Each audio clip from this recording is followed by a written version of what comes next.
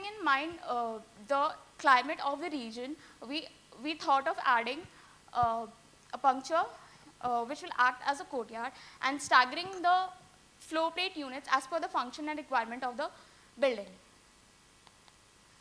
Coming to the main floor plans, the ground floor consists of the shops and the common amenities, and the upper areas is reserved for parking. The rest two podiums are for parking. Going ahead with the main floor plans, podium terrace consists of the main typical floor plan with common amenities shared by the locals and vegetated areas. The typical floor plan starts from the podium having G plus 22 structure, and the roof plan indicates the position of the solar panels.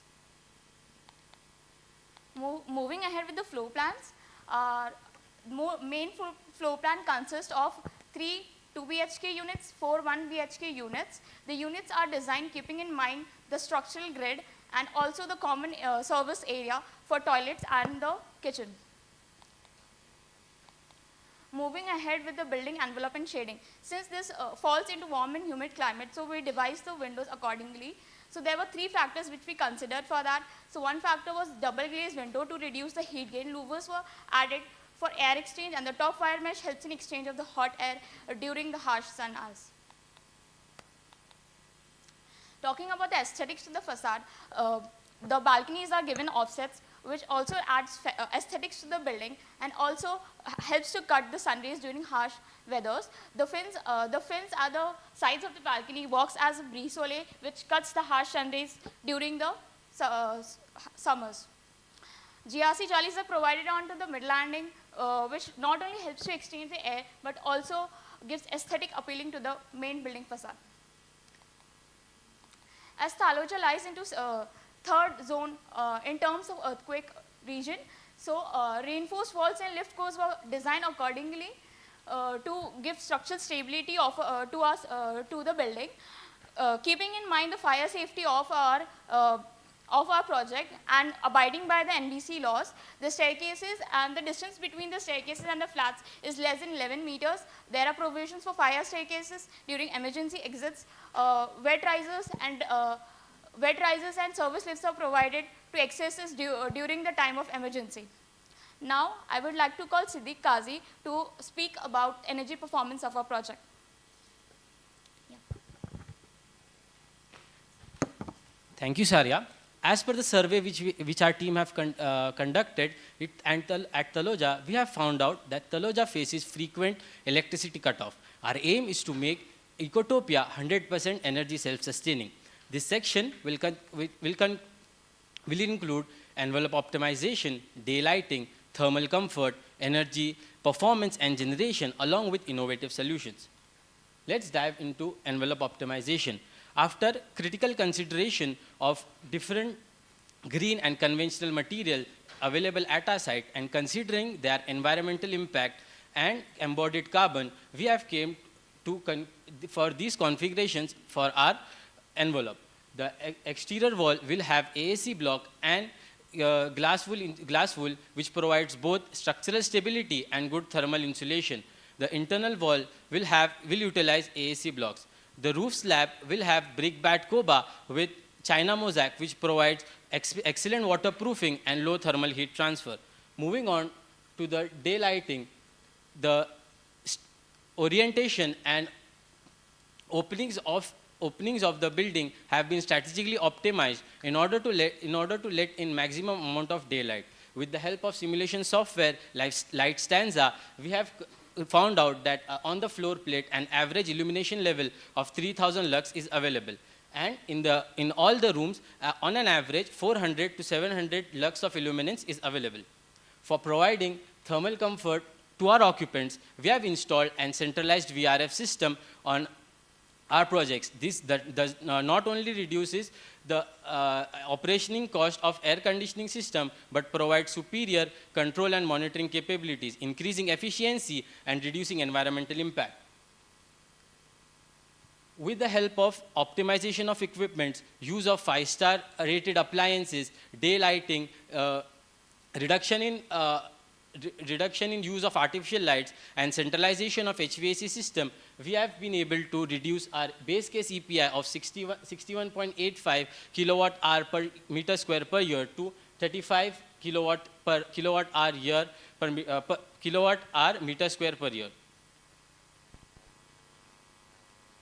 Our building consumes 3,17,205 kilowatt per year. In order to satisfy this demand, we have installed solar panels on southern facade of our building and on terrace. The total installed capacity of the solar is 100 kilowatt.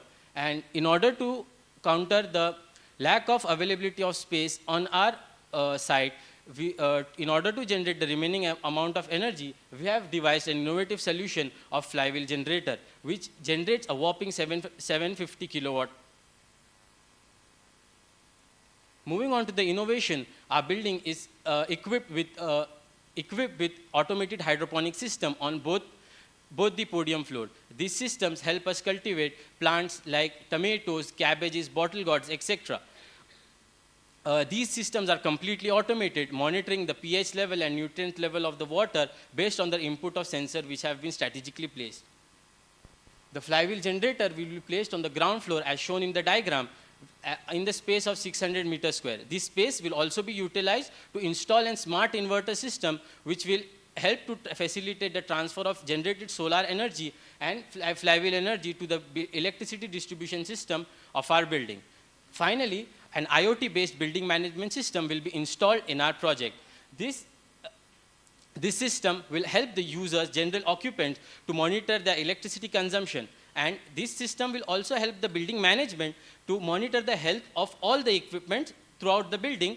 With the help of machine learning, the system will suggest strategies to reduce energy consumption and assist in predictive maintenance. With this, I would like to call Ms. Sabreen Manihar to continue with the water performance. Thank you, Siddhi. To achieve water sustainability, we worked on 5 basic principles, that is reduce, recycle, recharging, harvesting, and groundwater utilization. Moving on to the first principle, that is reduction, we reduce water consumption by 55% using water efficient fixtures.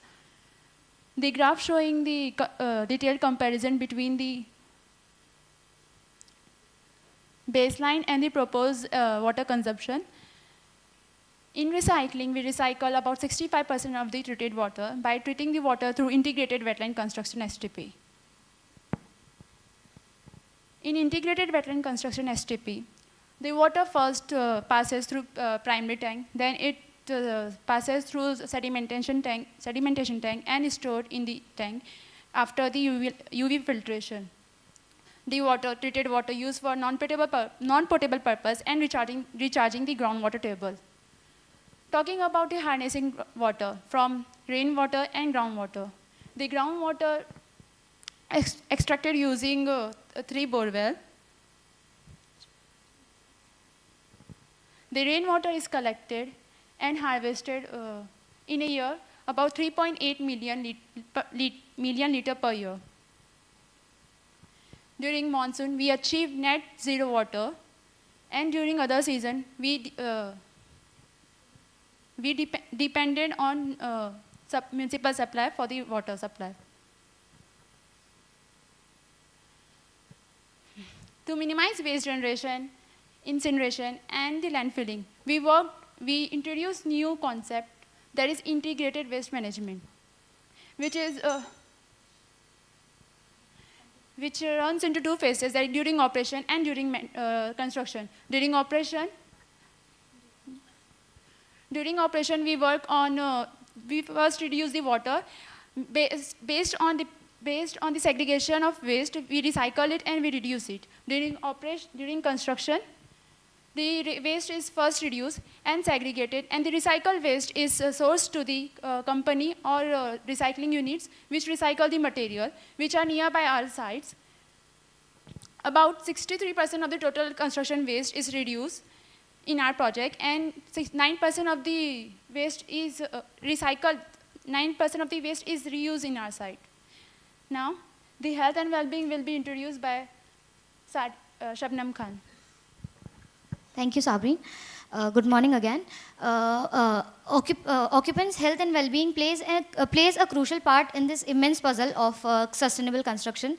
Hence, we have given it a primary attention to the biophilic to health and well-being. Many design ideas were incorporated in this, such as biophilic design. For biophilic design, out of many suggested options, we opted for 2 to 3 options, such as plantations in the balcony. All the balconies in the building were divided into 2 sections. The outer section has plants that are aesthetically rich, and the plants on the inner section of the balcony are medically rich and absorb carbon dioxide even in night time. The second option that we opted for is providing bird feeders at different locations, such as community gardens and roof gardens, etc., and other different localities. It helps in increasing the natural pollination for the plantations in the vicinity and biodiversity as well. The next is community spaces. We have provided different community spaces, such as green pockets, community hall, clubhouse, library, gyms, etc., on different levels of our building. These help in increasing the human interaction, social interaction between humans, which in return improves their mental health as well. Moving on, let's look at the natural ventilation and lighting of our project. On a bigger scale, on a larger scale, we deliberately removed a dwelling unit from the southwest side of the building to allow the venturi effect of air, which forcefully cools down the air that passes from the lobby. On individual level, all the windows were provided with 40% window to wall ratio that allows adequate amount of natural air and ventilation. And on personal levels, the window design and louvers lets the user control the amount of light and air passing through the rooms. Next is indoor air quality. Indoor air quality was enhanced by plantation of trees, trees that thrive in the locality of Taloja and climate of Taloja, such as rain trees and royal palms, etc. They help in filtration of air and maintaining the indoor air quality of the mini environment. Secondly, the cross ventilation keeps the pollutants and microbes from settling inside the house and keeping the indoor air quality intact. We have also provided CO monitors for precautionary measures inside the building. Moving on, affordability, that is the life of the project. The affordability part was designed in such a way that it includes, considers all the perspective of all the elements in the project design. Sustainable construction in India mainly focuses on, for sustainable construction in India, we mainly focused on these 3 topics, that is design principles that involves universal design and forced cross ventilations and others. Energy efficient systems such as hydroponics and HVACs, etc. And we specially used eco-friendly materials and green materials that were available in the locality, whose manufacturing units were available within the locality, within 10 kilometers radius of our building. Moving forward, through numerous formal and informal conversations with our builder and developer, we got to know about his requirements and needs from the building, which were then provided with options such as completely providing the ground floor for commercial purpose, using natural resources to reduce the heat loads, etc., using materials from locally manufactured units, and providing gardens on podiums and roofs. Members of our team also conducted various surveys where they got to know about the requirements and needs of the occupants in the locality, which were then tackled by the innovative solutions of our team, such as providing charging for EVs, carpoolings and garbage chute, etc., steel cupboards for recycling, and others. Value proposition. We enhanced the value of our project through different solutions, such as powering the building 100% with renewable energy sources, water sustainability, biophilic design, and waste management, etc. Okay. Lastly, I would like to thank you all for your patience and time. Thank you so much. Thank you.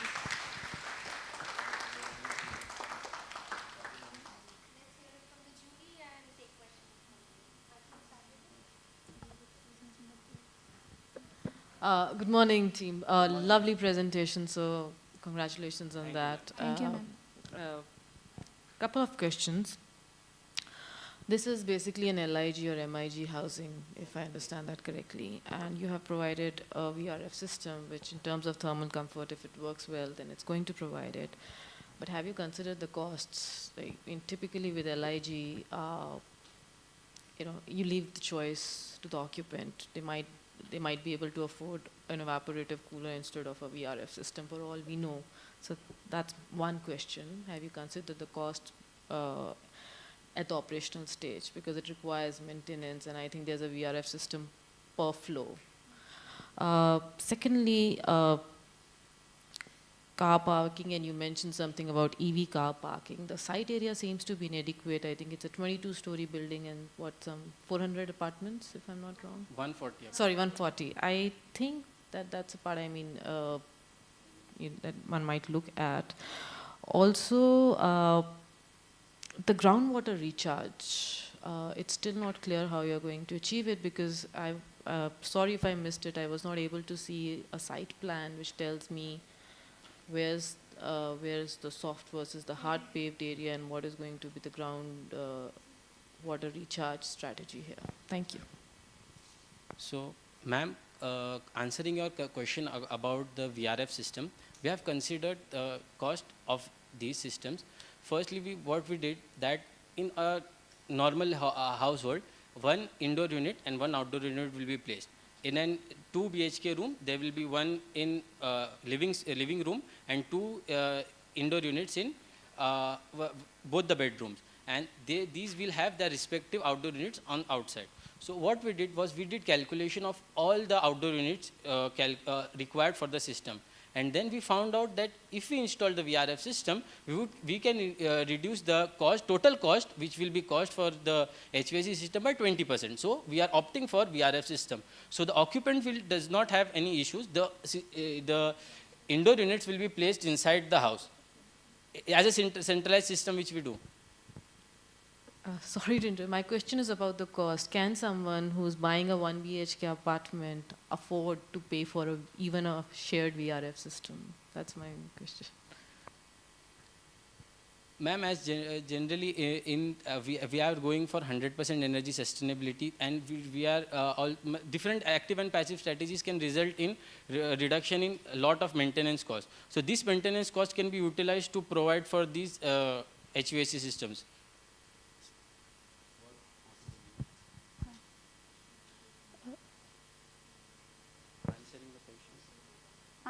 Answering the question of the groundwater recharge.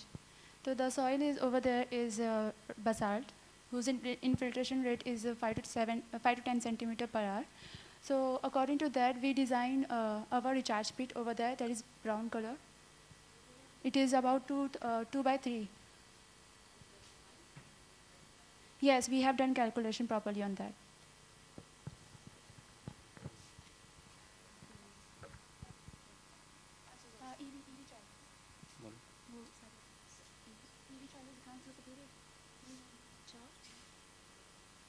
Ma'am, the EV chargers which you talk about, that because of low availability of space, these EV chargers will be placed on the ground floor, where the person or single person or the car which will be which can charge itself. And also we will be providing some EV charge on the podium section where the car is being parked, and we can meter it out with some technology that how much energy is consumed by the particular car which is being charged. So in that way we are providing. We know that our site have a lot of less space, so we are implementing a various number of innovative solutions so that we can increase the efficiency while reducing the environmental impact. Thank you, ma'am.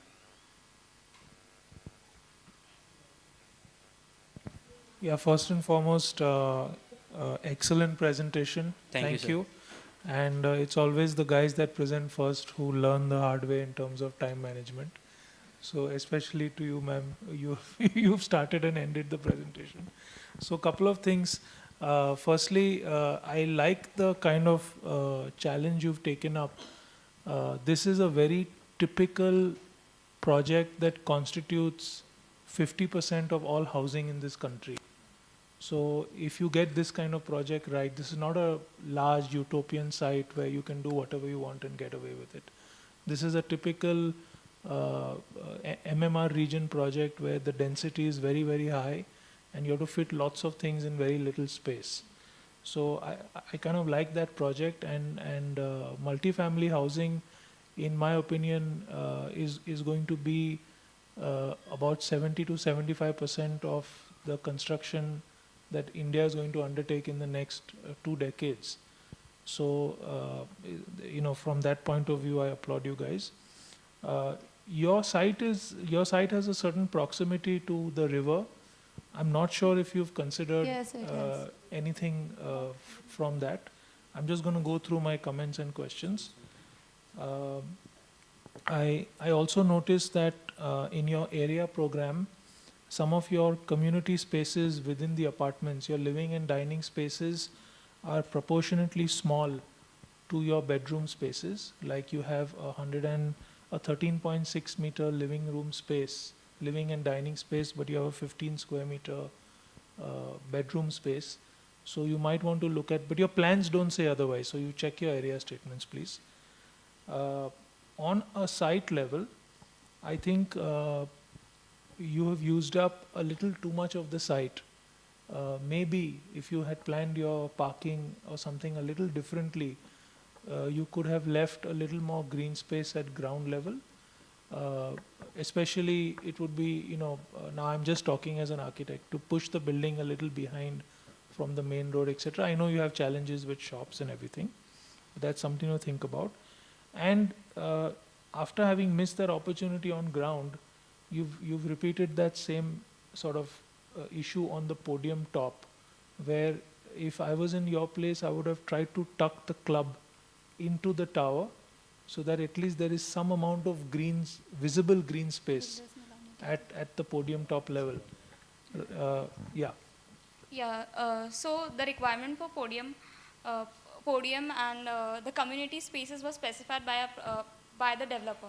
So to incorporate that, we had to forcefully add community area into that. Otherwise, it will exceed the FSI limit of our project. As it was stated by a project developer, in a typical building plan, 8 is the maximum limit they make to design the floors. But we, by staggering the units, making sure that every room gets enough ventilation and sunlight, by providing punctures into the building so that proper ventilation is achieved. So we have removed one unit from there. So to get the venturi effect and throughout the ventilation can happen into the building. So making sure the livability and the human aspect of the building as a designer, we thought of giving that as a one point, irrespective of designing the same typical plan, which is mostly for the commercial level. So choosing as a part of designing for the people and human environment, we thought of going with that. So compromising little on that. As a designer, I thought that was, we could do that. Yeah, no, I appreciate. What I was trying to tell you is on the podium top, Yeah. where you have a chance to do some green space or some community So outside space, you have put the club. So if you had pushed the club within the tower, you would have got that space to do some planting, etc., etc. yeah, so the That was my limited point. the periphery of these are planted, and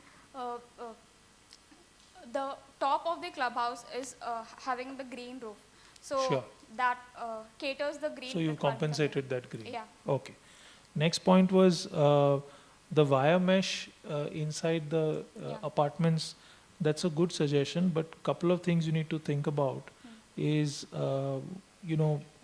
what happens is you create an additional lintel line within the house, which if you see that image demonstrates that when you're looking inside out, your balcony is taking up half of your vision from down, and that wire mesh is taking up almost 1/3 of the vision from above. So what tends to happen is your inside out look, you end up compromising it. So maybe you want to consider a solution like that in the vertical, wherein you keep a slit of ventilation just on the side or something, so that your inside out look, because it's always nice to see the actual sky and not see it through a wire mesh. So think about it. And also, in this part of the world, you have to think about mosquitoes, which I think you've not covered. Next is in your floor plan, while you have talked about fire safety, you have these large voids connecting floors which don't necessarily comply with many fire codes. They do for shorter height of buildings, not necessarily for taller heights of buildings. External gypsum plaster, I'm not sure if you can use gypsum plaster in external. I think that's more cement plaster. Think about it. The VRF unit that ma'am talked about, if I understand it correctly, it's one VRF per floor. It is one VRF outdoor unit per floor, and the remaining indoor units which will be used in conventional system will be remain same. So even if it works out from a cost point of view, definitely in residential sector, it won't work out from a billing point of view, because every person and every apartment is responsible for their usage. So you may say, yes, we'll do individual metering and all, but there are enough tried and tested cases that state that common cooling over multifamily housing actually hasn't succeeded in India. So think about that. Yes, answering your question. Yeah. As you had said that we can implement metering for per room area, so that we can find out the actual cooling energy consumption which is there. That's the reason we are implementing also implementing that IoT based building management system, which can help to live track and analyze the data. So if someone is trying to play with the systems so that they can reduce their energy consumption, like people do in electricity, that they rotate the meter so that the energy units consumes shows less. So for this we have implementing IoT based system that live tracking and data analysis can help to catch the person who is doing this, and also use. And where have you placed it on the typical floor? Sir, this system is The outdoor unit. Piping. Sir, here this Okay, area. perfect. Okay. Another point on your layout, Okay. you should observe more carefully the most appropriate place for placing indoor units Yes, sir. is typically above the window. Okay. It's never on a wall, because you will always have a TV below it or a wardrobe below it. Okay, So have a look at your indoor unit placement. sure, You will find that placing it on the window wall is normally the best. Do you have enough place for your wetland STP on your site? Yes, sir. We are doing in underground, so we have. In the picture we have. Yeah, I'm done. In this picture we have shown the placement of the Okay, integrated fine. Okay, wetland and just wanted to say excellent job on the biophilic section of the presentation. Yeah, I think I agree with Carl. That's the most interesting part of the presentation, and wonderful efforts. So, couple of observations. First observations. So, go to slide number 23.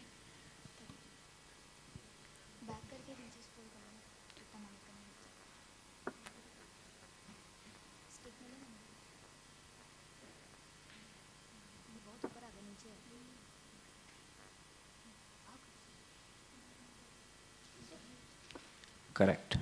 So, as Carl has mentioned, see, this is envelope optimization. You have shown this section of the wall. Wonderful. I think this is good thing that you are showing this section of the wall. So, first principle in envelope optimization. So, it's envelope, right? Yes. You have to protect almost everything. So, you can't do it floor, which is typically done in cold storage setup and all. But then say in building, what is most important is to protect your roof first. So in a prioritization, protect it first. Then you have walls available. Fine, there are different approaches. But then there is also loss of or flow of heat from top, and then ingresses to a wall. So if you have not protected your roof and then you are protecting a wall, so job is not done fully. So that's one thing I think you need to keep in mind. But this is good approach that you are thinking insulation in the wall. Now when you are coming to a wall, I understand this is external insulation. Okay? So while you are thinking of a system, this is good system approach that you have considered AAC block, then you have considered glass wool, then you have considered plaster. But then just be mindful, in external insulation, this is very, very risky to use normal plaster. First, normal plaster if you have to use, then there has to be a mesh and system, but still it's not very proven. Second, gypsum plaster you cannot move because you have a lot of moisture ingress and it has to be at least cement. But for external insulation, there has to be low shrinkage plaster, which is very sophisticated formulation, and 12 to 15 or 20 mm you can have that particular layer along with some mesh, because you have to test this system against the fire hydrant, you know, and this will just come out because there will be hardly any adhesion. So while we're proposing any system or a scheme, just be careful that is it realistic or it's just a calculation sake I have put it. It shouldn't be, because now you are proposing this is a part of a wall. So this will probably be very delicate as far as external insulation approach is concerned.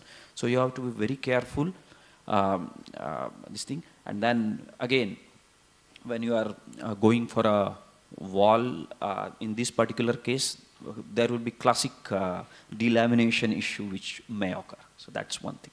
Second, do you have any slide which talks about the financials, your project cost?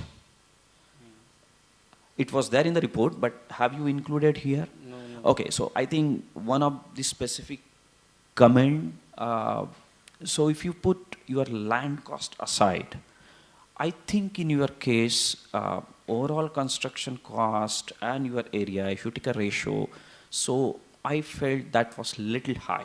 So just be careful, see those numbers, that will give you very, very directional input, you know, where do I stand in terms of affordability, because what Aarti has made a mention that what's the target audience?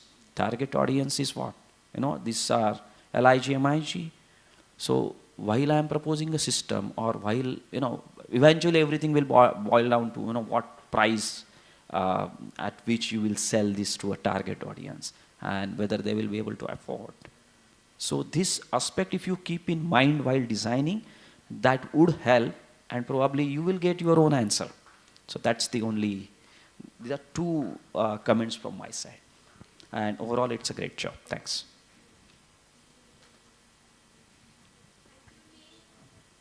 We can counter this question, or so No, I think they should be given an opportunity to answer the question. So, thank you. First of all, thank you for all the 3 jury members for your valuable suggestion. This will help us guide our project to the utmost efficiency. First thing I would like to answer that the insulation thing you have asked. This insulation is actually internal insulation. The glass will be placed inside. We have considered the factor that the Taloja climate is harsh, so that the cracking might occur and the insulation might fall off. So we have given it inside of the room so that we can protect it while maintaining the insulation required. And on the base, countering your, yes sir? It is an exterior wall, but insulation is inside, sir, not on the outer side of the facade. No, the gypsum plaster on the outside is being questioned. Okay, okay.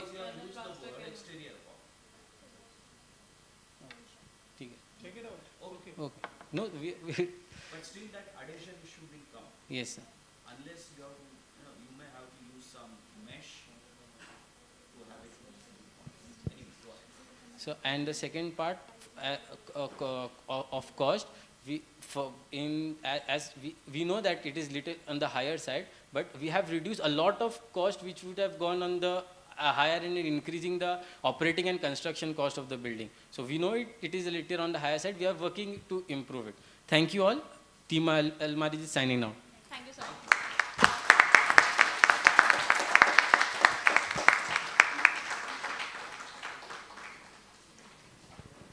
Thank you, Team Almarji.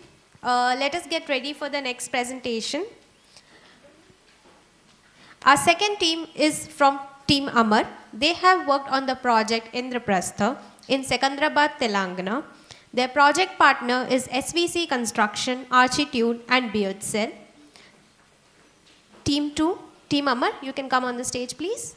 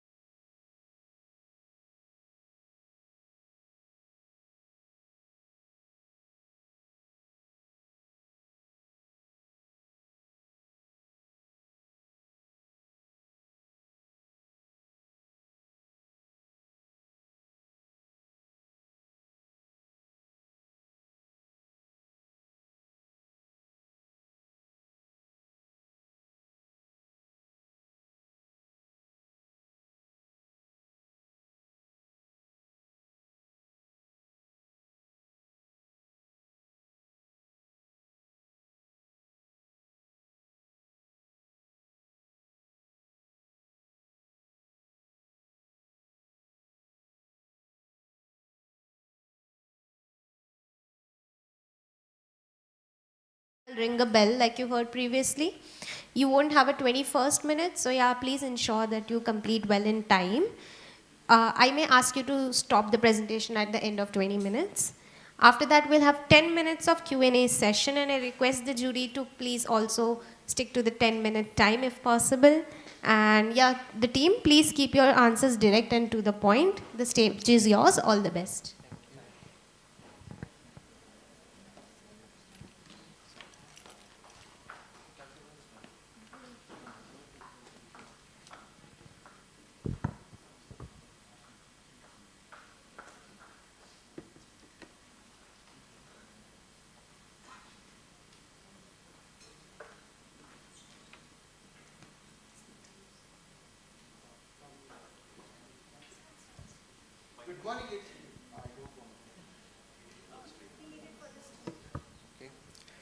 Good morning, ladies and gentlemen. My name is Mohammad Salman, and we are here to discuss something very important We are here to discuss about the transformation in the construction industry. Climate change, ladies and gentlemen, is a reality, and unfortunately, construction industry has a major role in it. According to World Meteorological Organization, it says that the next 5 years are going to be the hottest ever, and it's our attempt to prove it wrong by somehow. Yes, SDI is an attempt to ensure that the future professionals are sensitive towards these and come forward with the structures and products which are sustainable. Housing is not just a commodity. It is something which brings dignity, security, and also improves the quality of life. Yes, I agree to all of this. I am Sirisha and I work from home for an MNC. I'm looking for a home which is sustainable, safe and affordable. And it's a very big challenge. Hyderabad's population is growing at 2.7% a year, which led to increase in demand for multifamily housing. Hyderabad has become a concrete jungle, so there is no essence of housing and Indian culture is also lost. I wonder how we can create a nice multifamily housing with all sets of cutting-edge technology and features.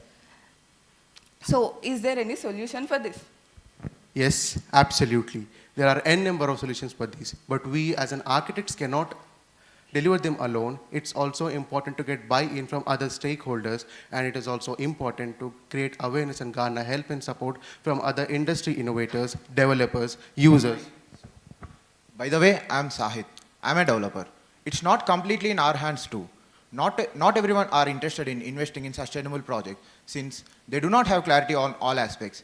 Even we as developers need cooperation from some key stakeholders like Sirisha Garu. For potential home buyers like Sirisha Garu, I am presently constructing a project called Indraprastha. Indraprastha is a multi-family housing project spread on 4.1 acres located at Suchitra, Hyderabad, Telangana.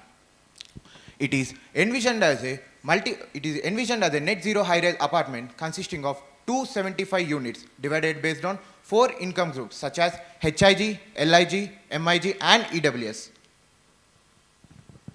Well, in that case, can you please explain why should I invest in Indraprastha? Okay, chalo then, let's have a look at one of our net zero projects called Indraprastha with all its sustainable features by Team Amar. First of all, trying to understand the climate. The Hyderabad's climate is categorized as hot and arid, and the total rainfall per annum is 281 mm. And the wind directions are from southwest to northeast, and there are no contours in our site, and a nala runs beside it. And the groundwater table is quite high, but we cannot use them due to the high content of fluoride in it. Talking about the architecture of the project, there are 2 blocks of total 275 units, along with a clubhouse with total built-up area of 30,705 square meters. A clubhouse consists of amenities such as multi-purpose hall, hypermarket, gym, indoor play area, creche, and etc. And all the blocks are of 12-storied and in response to the climatology of the location.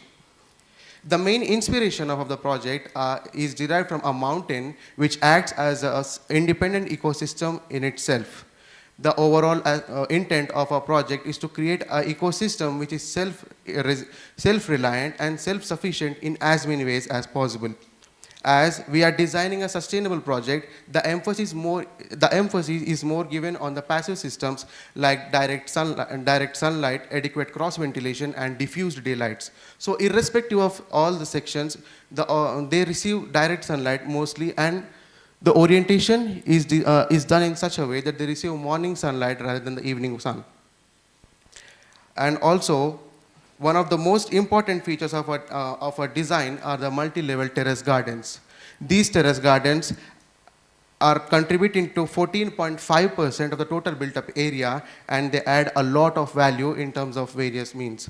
For instance, these gets the much needed break in breaking the monotony of the high-rise buildings besides enabling lighting and ventilation. And also, these terrace gardens are used as a community gathering space, especially for the elderly people and children alike. And alternatively, these spaces can be used by professionals during work from home.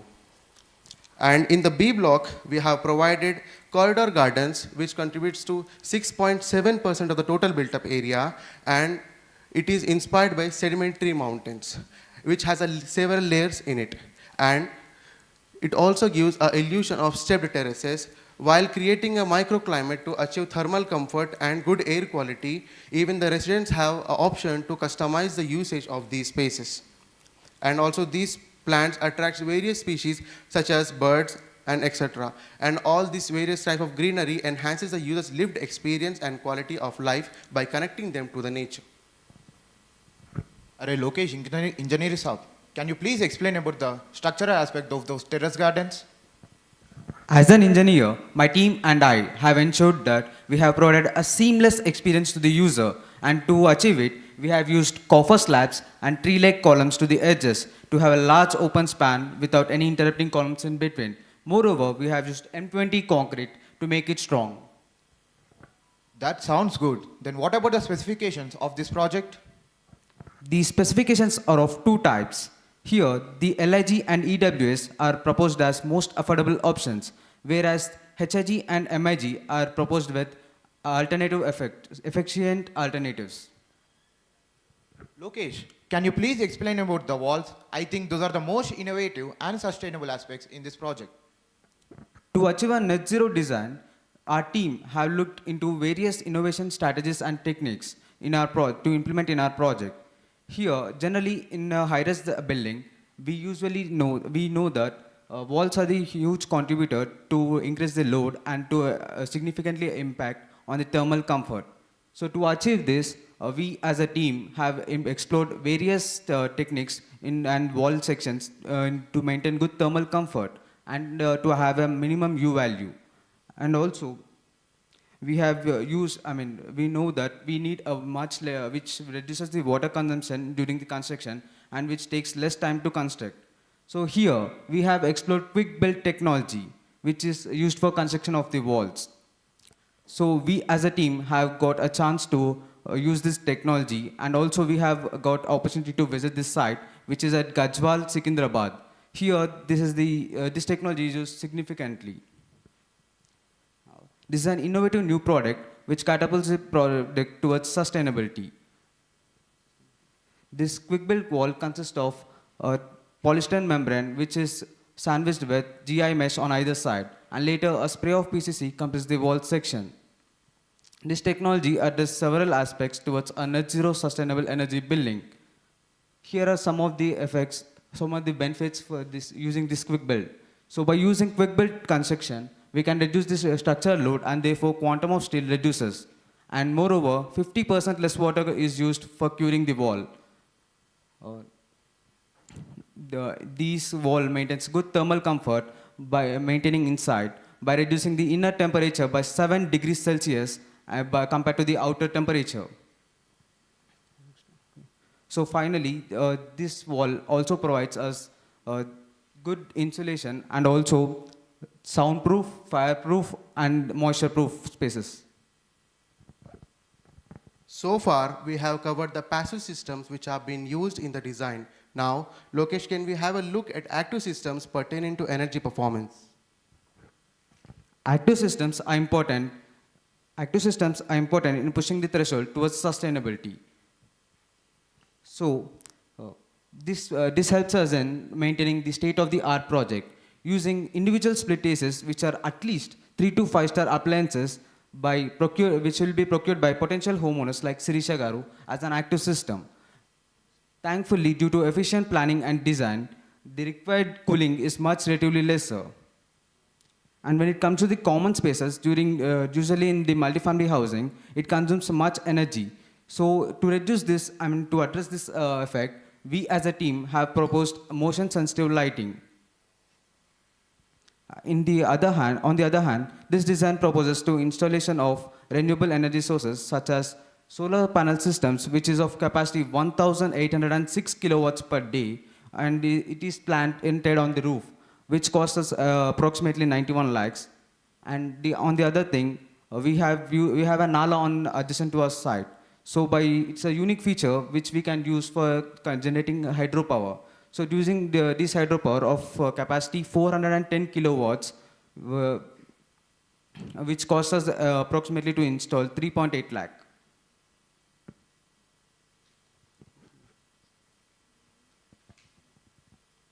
So, are we achieving thermal comfort by all these initiatives? I think summers in Hyderabad are very hot. That will be increasing the uses of ACs by so that the electricity bill will be increasing. Is there any solution for that? Using CBE thermal comfort tool, we prepared the units for achieving thermal comfort. Using quick build and 25% mechanical energy and passive design strategies helped us in reducing this to maintain good thermal comfort. And we achieved PMV of 0.5 to minus 0.5. Then what about the water efficiency in that case?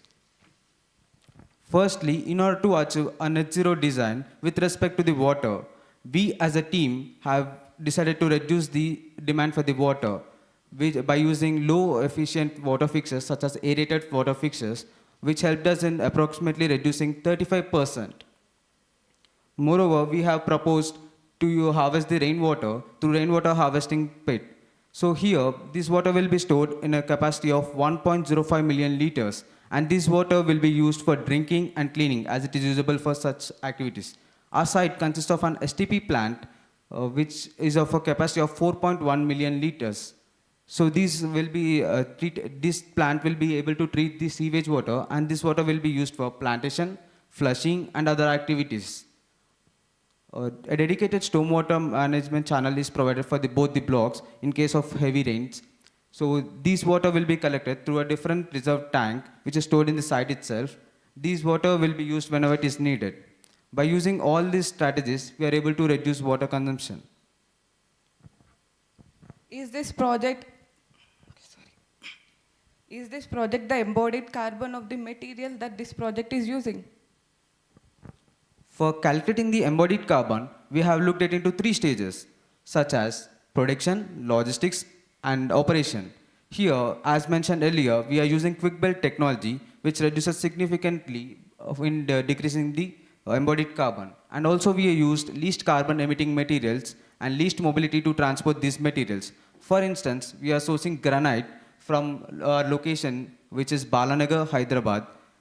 Here, the granite is directly shipped to site from the manufacturer itself. All this by implementing all these strategies, we are able to reduce approximately 25% of carbon emission. How do we maintain all these systems? I think this is a heavy task. Yes, but we made it easy for the homeowners like you. So here, we have proposed an integrated multifunctional app which helps us in maintaining and operating the active systems. So these active systems will be operated through a building automation system. Okay, everything looks great. Then what about those terrace gardens? Aren't they reducing my housing unit? That will be a loss for me, isn't it? No, absolutely not. Initially, you might think that it's a loss for us, but it's actually not.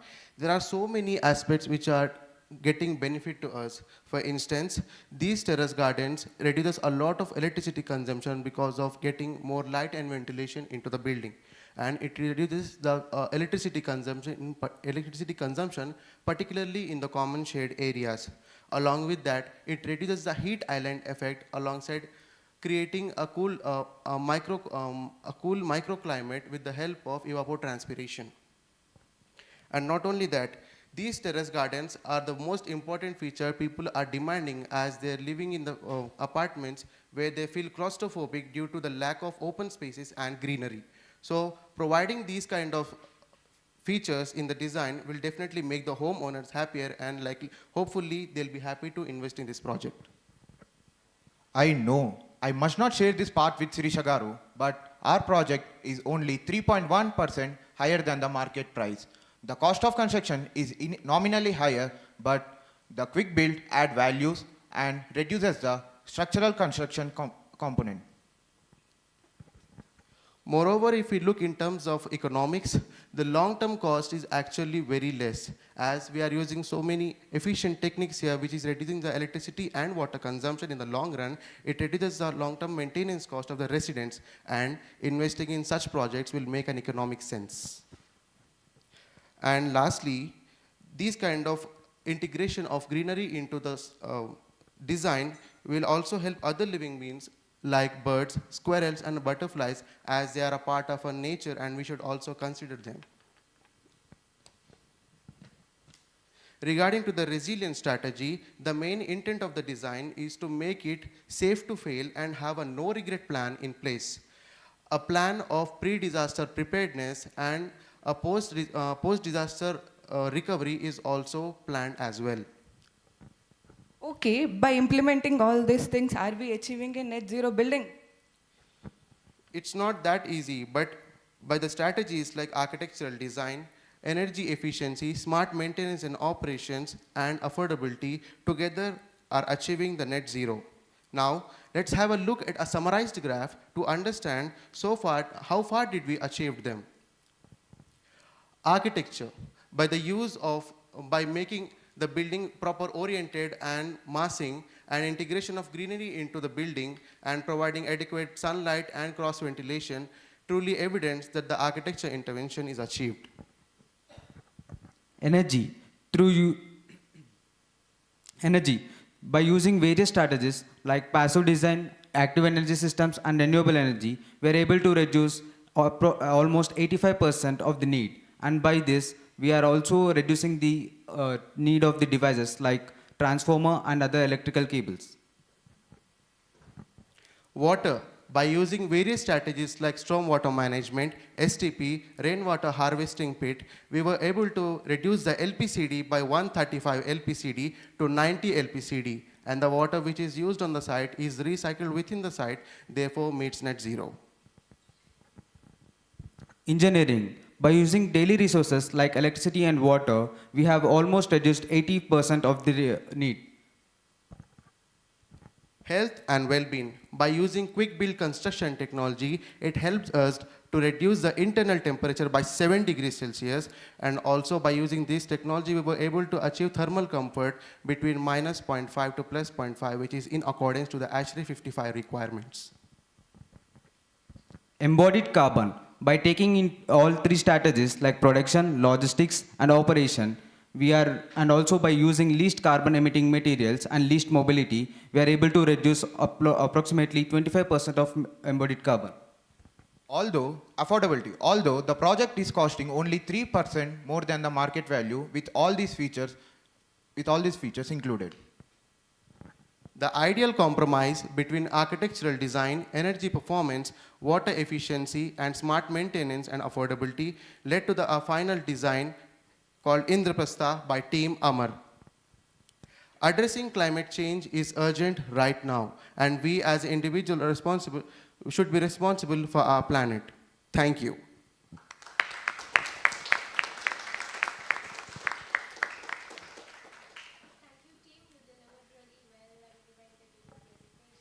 Thank you.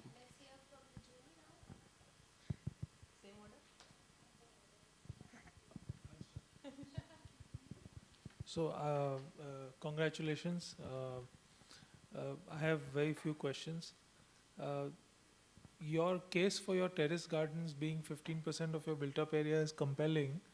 However, I'm not sure what it does to the light and ventilation to the apartments that sort of abut it, and whether by doing the terrace gardens where you've done it, I think some of the best views have, where you could have had apartments, you ended up having terrace gardens. It's a typical dichotomy in a design. So I'm not saying it's a good thing or a bad thing, but it's something for you to think about. M20 concrete for high-rise construction with those kind of pillars, I think that needs to be rechecked. I don't think that grade of concrete is appropriate.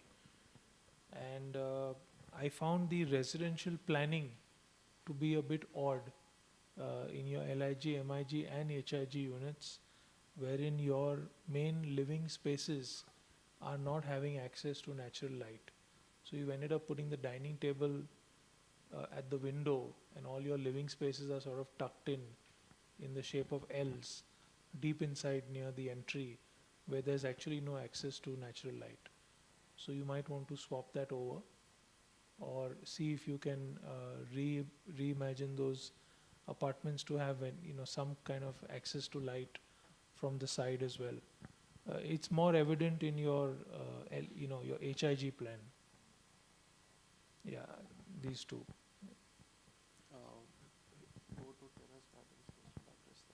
And my last point was this system you were showing for the concrete walls. This is for the non-structural part of the building, right? Yeah. Okay, fine. That's all from me. So the regarding first question that is it really helping in lighting and ventilation or not? So first of all, while we were in the initial stages, these terrace gardens were not at all there. And when we run the simulation, we actually saw that there are a lot of dark spaces created in the corridor gardens, in the corridor spaces. And No, I don't mean these. I mean, if you see the image on the top two images, those ones, those large cantilevers within the recreation space. these ones, Yeah, this, and you see it on the left image as well. these both, Yeah. these both are particularly. Yeah, here. This one. To the right, second. Yeah, down. Yeah, these ones. Okay, so actually this part is this one, the corridor gardens. So the main purpose of creating these was actually this is a HIG and MIG block, and this is EWS and LIG. And initially what we did a complete one block, and all the HIG, LIG were put together. But where we got a problem because their affordability rate is different, their affordability is different. To create a difference, we tried to give everything a difference. So even in terms of features, we have added a corridor garden because that we want to give a different aesthetics to that building, because that's how we should create that affordability difference, and we have to provide that extra amenity so that we can justify that HIG people, they have something different, one thing. Second thing, coming to lighting and ventilation, yeah, because having that kind of corridor gardens, because they are not, not every balcony is, not every corridor is coming out. There's an alternate after every two corridor, one corridor is coming out. So there are only 4 corridors which are coming out, providing out. Remaining everything is inside only. And by providing that, what we are trying to do mainly, we done a survey where an old woman, we were talking to her, she said that I wanted to do interaction and all, but that is not possible because we are living in a high-rise buildings. So we need a community space within our floor where we can have this kind of community bonding and all. So though these kind of terrace gardens are there, but we can't reduce much units. So we have to take an alternative. So that's why we have introduced those corridor gardens to not to reduce these units here, to get more terrace gardens. So that's the reason only 4 corridor gardens are there, remaining everything is inside only. Thank you. And units, housing units.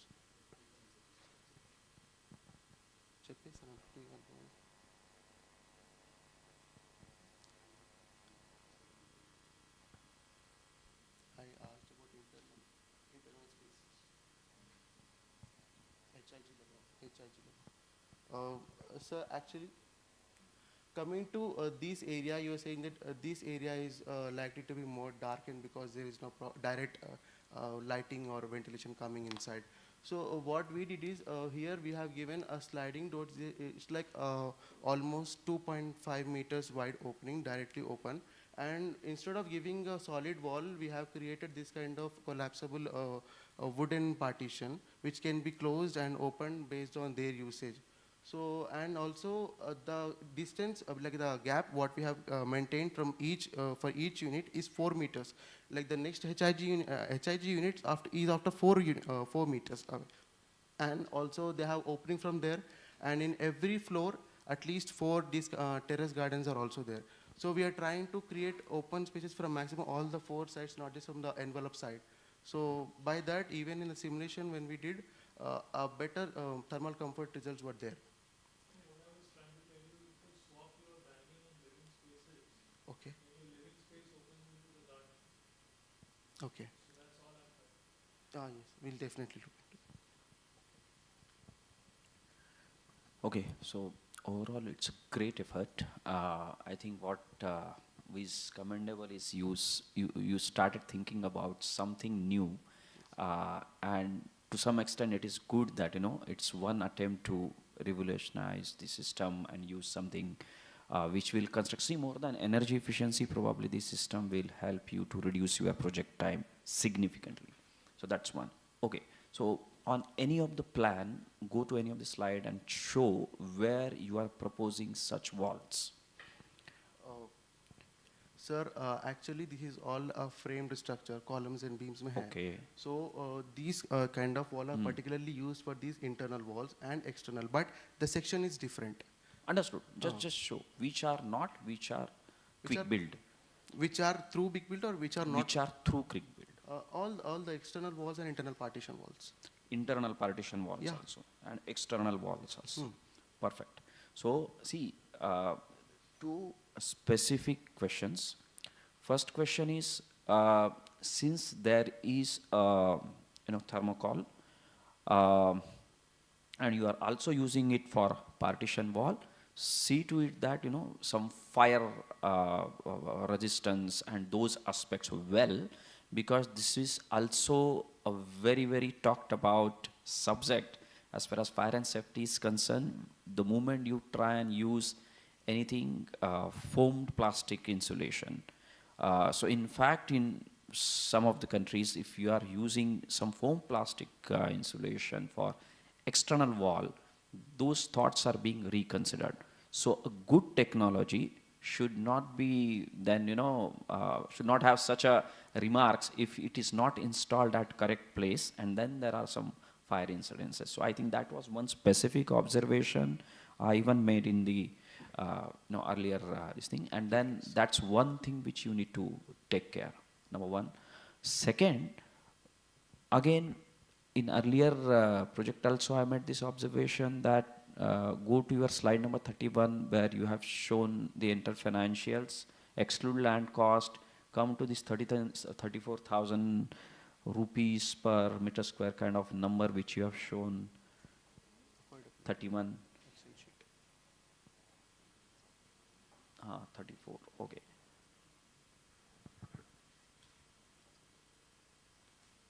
Okay, so you made a mention that you are trying to reduce the cost of construction using the quick build. That's the second or third slide says reduction in the cost. It's opposite, it's increased. And I think with this quick build, you should reduce the cost of construction, because again, if you exclude the land and do some maths, in your case, it's probably the highest. So is it because of the quick build? Is it because of some extraordinary design element which you have included? Sir, the quick build, the cost reduction what we have shown is with the comparison of the traditional brick wall. There, because we are making a contrast between the traditional brick wall and quick build, and we are showing the contrast. Okay. So what's the per square feet, let's say, compared to brick wall, normal construction and this one? Okay. What's the cost difference? Coming to quick build, as even the developers and industrial people they're telling, it starts from 1800 per square meter, and it always goes, all the way it goes to 3000 from 1800. No, in your case, what's the cost you have considered? We have, in the LIG one, it is 1800. Okay. And coming to the HIG and MIG, it is 3000. So in that case, it's only a thickness of insulation which has varied? Thickness of insulation varies, and the X by Y, the mesh what you are seeing, that dimension also varies. Because of that, extra mesh is added, and then the PCC spray, this is not still completed. After this, on the both the sides, PCC spray will be added, 25 mm thick. PCC spray will be there. So in that, there is a basic variations and adhesives they will be adding. So because of that, and also the section will be a little bit thicker to improve that sound insulation and insulation and all. So that varies the cost. Okay. So you have any sound insulation reduction number? Because for foam plastic, I think STC 33 or something, it's very average kind of performance. So just recheck, because I don't think on acoustics it may help you, but then of course on thermal, this is a great attempt. I would like to add one thing, sir. The mixture, the PCC mixture which we are using for this material is like they are mixing like sand aggregates, and also they were adding a newer element called glass fiber, sir. That will be the glass fiber. That will be varying the prices, sir, like the 1800 wala and the 3001. So it's a reinforcement. Yes. It's a chopped glass Yes, reinforcement yes. which you will be adding. Yes. That quality will be differ like the final cost, sir. So will then, will it translate to the reduction of some of the reinforcement, or it's just one way to make it stronger? One way to make it stronger, sir. Yes. Because we are using these quick. So now you got the exact, because see, if it is going to reduce your steel consumption by addition of chops, then cost should not vary. Anyway, this is just observation, so you just work around with the data. Yes, sir. Can I answer for you? Actually, like because of the dead load of the structure is reduced, definitely the steel configuration is reduced. But if, as you are asking why it is 3 times higher than the base case, because we have added a lot of terrace gardens are there, and that bifurcating columns is not as kind of a regular construction technique. So there a lot of construction techniques will be adding there, maintenance will be adding. But we made sure through a basic calculation that in long-term maintenance, we recover the extra amount what we have kept. So because of that one strong reason, we were able to compromise key, okay, in the initial stages, we are keeping, like we are investing 3% extra, but definitely we'll make sure that the maintenance costs are reduced so that we can recover the cost, what we have invested. Okay, thank you.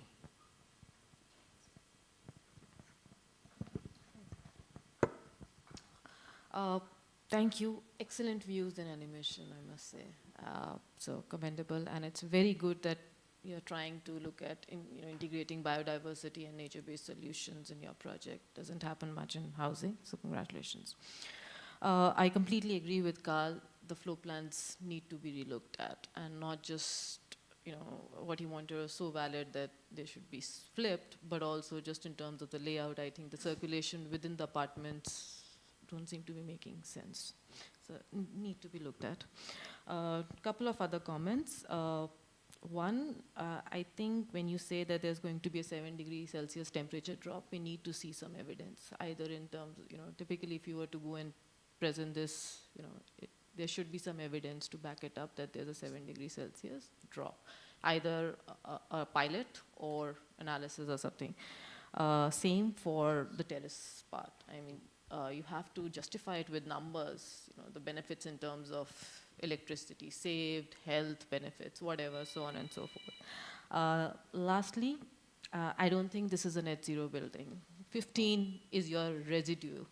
Net zero means zero. Net zero. So you still have to reduce that 15. So this project is not net zero. Yeah, that's it. Sorry, ma'am, to answer this question. So the 15%, which is the rest one, we are taking from the grid. And through green purchase, that 50% is also reduced. Through what? Green purchase. But you have to do it on site, right? Yeah. The energy has to be neutralized. Garima? The energy has to be neutralized on site. You can't buy certificates or anything from outside. Okay. It has to be an on-site reduction.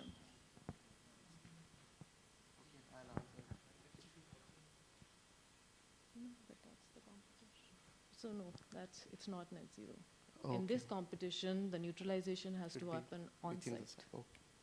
And I think this had been pointed out in the comments. Anyways, but I would say really good project otherwise. Yes, ma'am.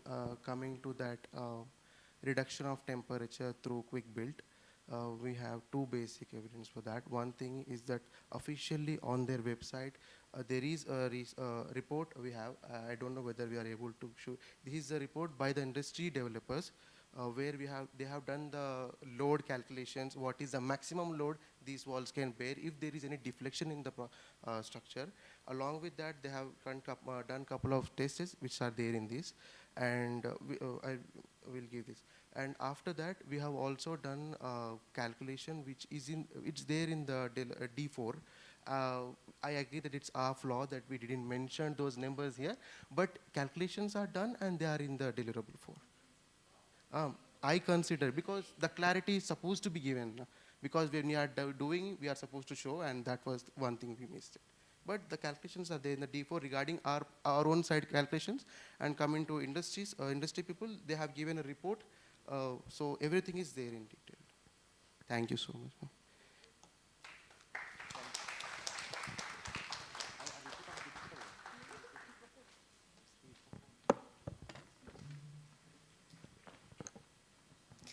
Thank you, Team Amar. We will now be taking a 15 minutes tea break. Before we begin the third team, tea will be served right outside in the hall. Folks online, I request you to stay tuned and support us for the upcoming teams.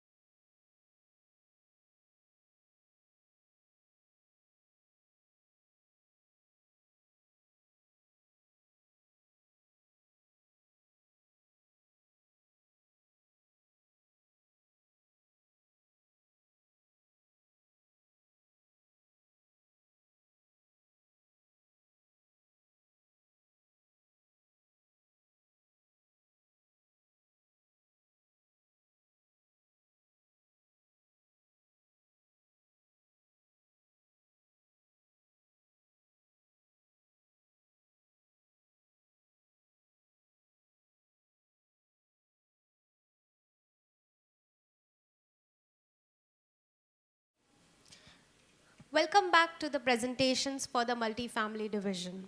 Our third presentation is from Get Them Green. They have worked on Sheetal Cooperative Housing Society Limited in Borivali, Mumbai. Their project partner is MS CH Patil and Sons LLP. Team, you will have 20 minutes to present your work to the jury. At 15 minutes, I will ring a signal for you. You won't have a 21st minute. Please stick to the time. I will ask you to stop at 20 minutes and end your presentation. After that, we will have 10 minutes of Q&A session. Please keep your answers direct and to the point. Your stage is now. Have a good presentation.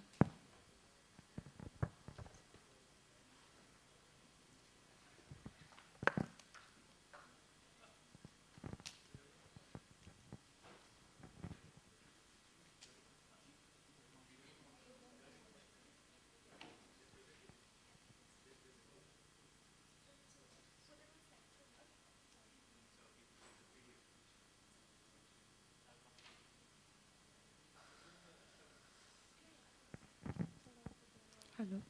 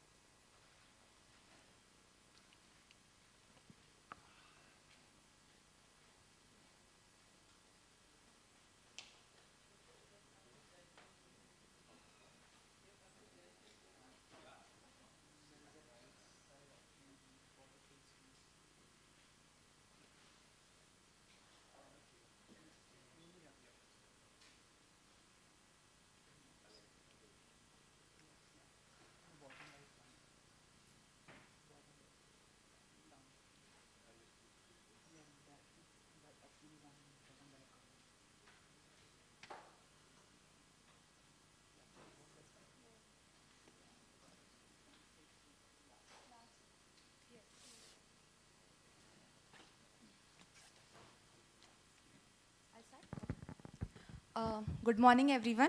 So as we stand here excited on behalf of the team Get Them Green from D.Y. Patil School of Architecture, Lohegaon, Pune, we take immense pleasure in the opportunity and present to you our multifamily redevelopment housing project Akasa in collaboration with our project partner CH Patil and Sons. So the name Akasa holds deep significance as it represents the very essence of our project. Just as the ether or atmosphere envelops all of existence, Akasa seeks to embrace the natural elements of wind, water, and fire, harmonizing them with the sustainable practices, functionality, and aesthetic appeal. With unwavering dedication and a shared vision for sustainable living, we have aimed to transform a 5,131 square meter residential complex in Borivali into a beacon of environmental consciousness and modern design.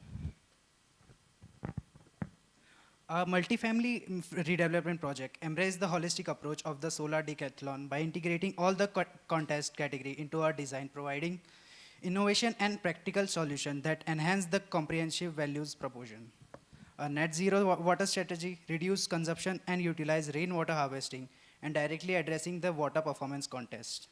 To withstand earthquake and heat wave, we have implemented resilient feature and technology, meeting the requirement of resilient contents.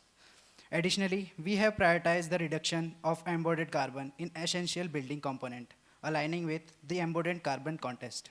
Our architecture design focusing on improving thermal comfort and accessibility for all the satisfying criteria of the architectural design contest. The well-being of our resident is of utmost importance as we prioritize creating a comfortable and enriched environment, aligning with the health and well-being contest. Through energy efficient measure, we aim to reduce the energy performance index, meeting the objective of the energy performance contest.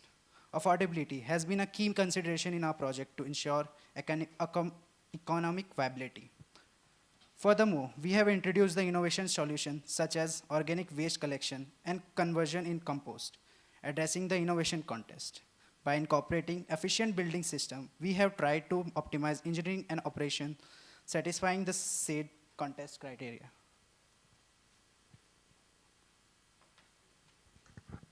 Located in Borivali West, the project has an excellent connectivity to major transportation routes and basic amenities within a 1 kilometer of radius.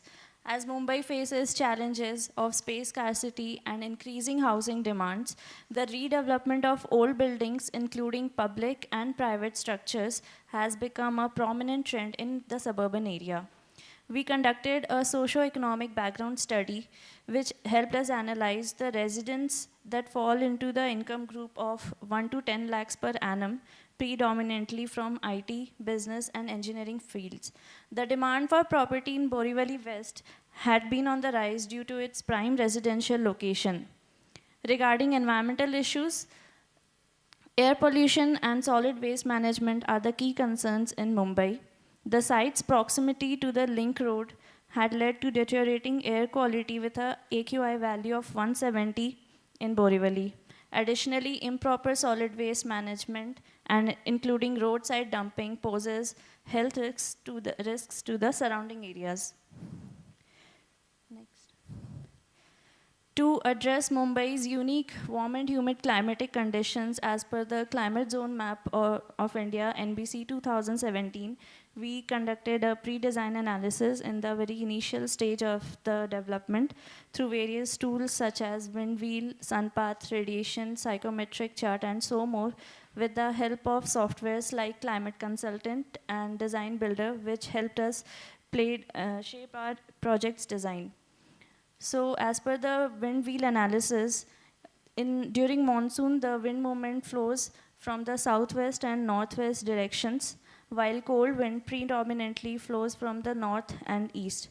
To effectively address the challenges of high humidity, we tried to harness the power of wind by incorporating natural ventilation strategies that utilizes the wind effect, which will help in maintaining a comfortable indoor environment. As per sun path analysis, the site gets lower sun angles on the east and west, but due to the taller buildings surrounding the site on the both sides, there will be no direct harsh sun. As per radiation and psychometric chart, humidity is high, which is 80%, so dehumidification is needed, which is attended by cross ventilation. The horizontal and south facade gets more radiation, and the window to wall ratio on the south is 26%.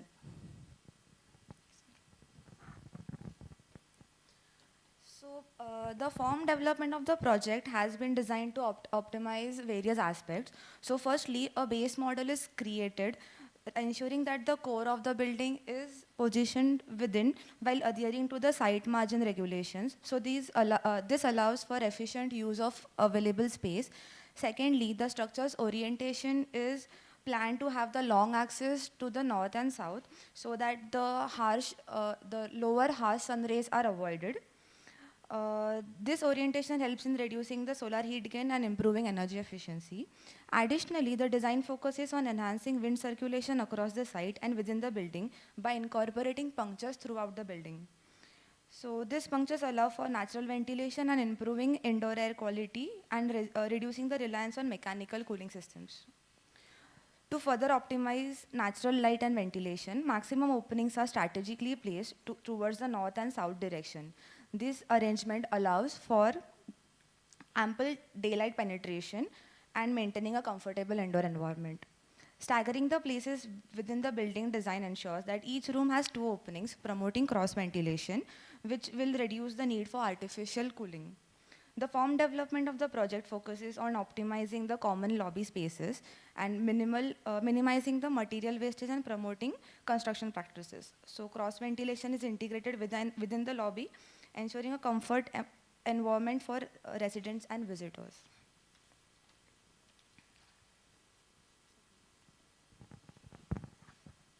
In the architecture plan of the project, the focus has been on achieving thermal comfort through passive strategies. Considering Mumbai a warm and humid climate, the building has been strategically oriented in the north-south direction to maximize natural airflow and promote cross-ventilation throughout the space.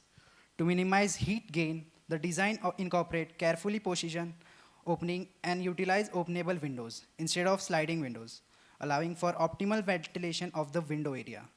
This consideration aimed to create a comfortable indoor environment while reducing the reliance of mechanical cooling system.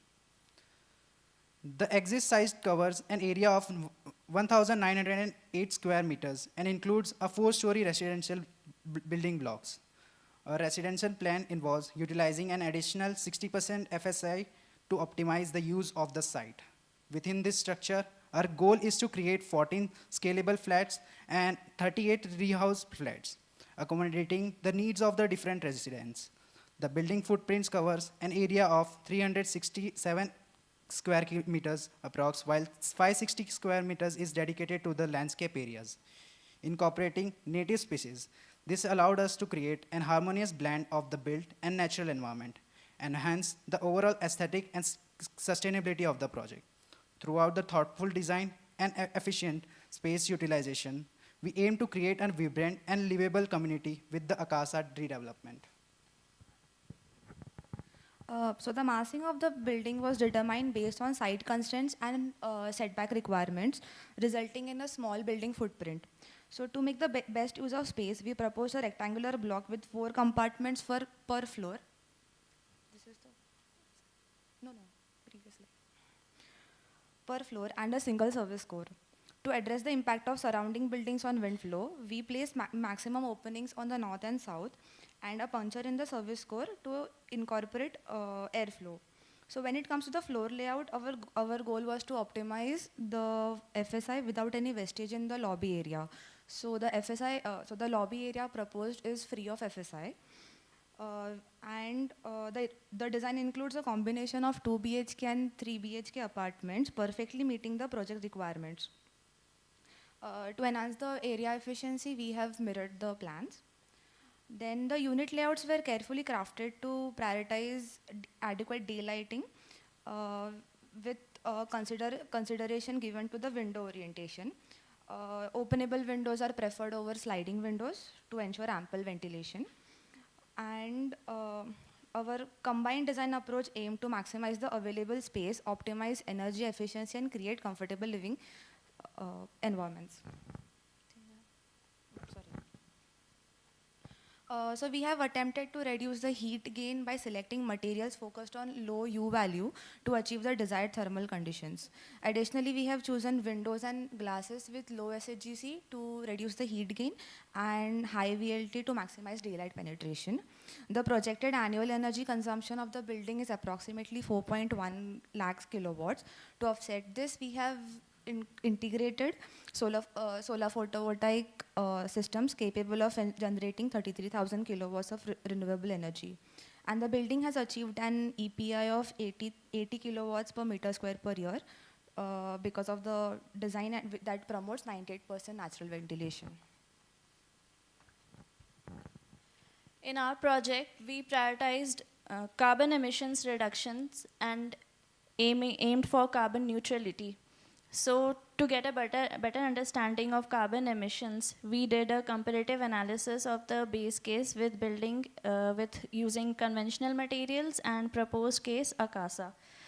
So we thoroughly examined the carbon emission factors associated with conventional materials and then researched alternative materials which will have low carbon emissions. So this was made possible by utilizing green, low conductive, cost effective, and most importantly, low carbon emitting materials for the building envelopes such as floor, roof, wall, and windows. So how did we achieve these? By implementing strategies. So in the roof system, we replaced conventional concrete by green cement and added stone wool insulation, which reduced the carbon factor to approximately 19 equivalent CO2 factor, which led to a significant 36% reduction alone in the roof system. Then instead of using RCC in wall, we used AAC blocks, which emitted significantly low carbon, reducing the carbon factor to 0.6 equivalent CO2 factor. Additionally, we carefully considered the embodied carbon impact of window choices. So while triple glazed windows offer operational emission benefits, they also come with increased embodied carbon. So to address this, we installed double wooden glazing windows, which resulted in a reduced embodied carbon of 0.004 equivalent CO2 factor, effectively achieving carbon neutrality. In the floor system, to replace cement, a material commonly used in conventional buildings, we replaced it with green unreinforced C40 by 50 cement, which incorporates 75% cement replacement. By implementing this, we reduced the embodied carbon of floor system to 1.73 equivalent CO2 factor. So water performance, we prioritized water efficiency and conservation through the principles of reduce, recycle, and reuse. By utilizing efficient water plumbing fixtures, we reduced fresh water consumption by 44% from 135 to 76 liters per capita daily. To address the challenges of unpredictable water supply, we implemented a self-sufficient integrated water system that includes rainwater harvesting from the roof and side slopes. Rainwater will be treated and filtered and treated, providing 27,000 liters per day for domestic use and irrigation. Additionally, wastewater will be treated on site, resulting in 11,400 liters per day of treated water and available for reuse. So in innovation, we have put forth a decentralized approach to treat the organic waste produced by the residents of Akasa.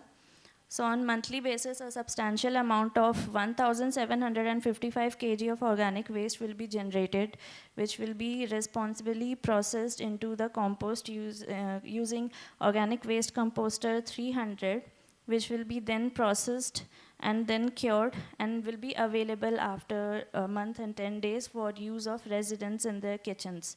Then this compost will be made available for sale, and the profits generated will be utilized to offset the maintenance costs.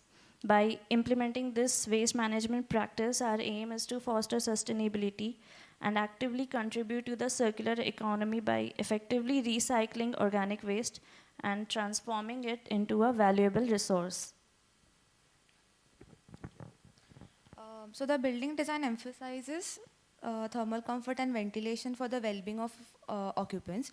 So on-site vegetation adds tranquility, purifying the air and thereby providing shade. Balconies extend living spaces, allowing connection to the outdoors, while well-designed windows maximize daylight, improving air quality and promoting cross-ventilation. So these elements helped us prioritize health and foster a connection to nature, thereby creating a comfortable and enriching environment, aligning with the health and well-being context.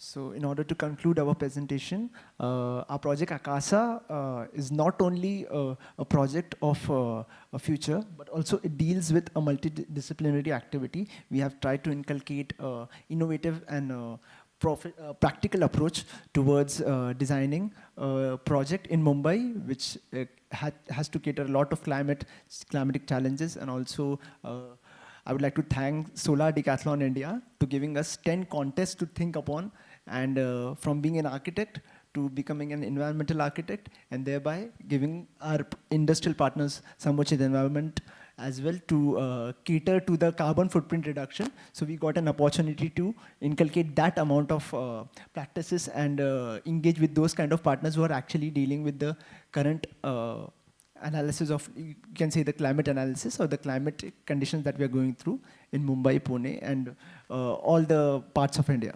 So we'd like to thank Solar Decathlon India to giving us this opportunity and this platform, and a lot of the stakeholders. So thank you from our side. Thank you so much.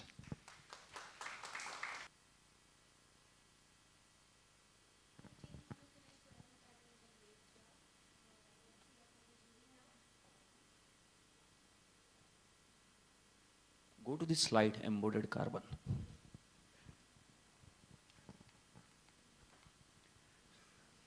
Next.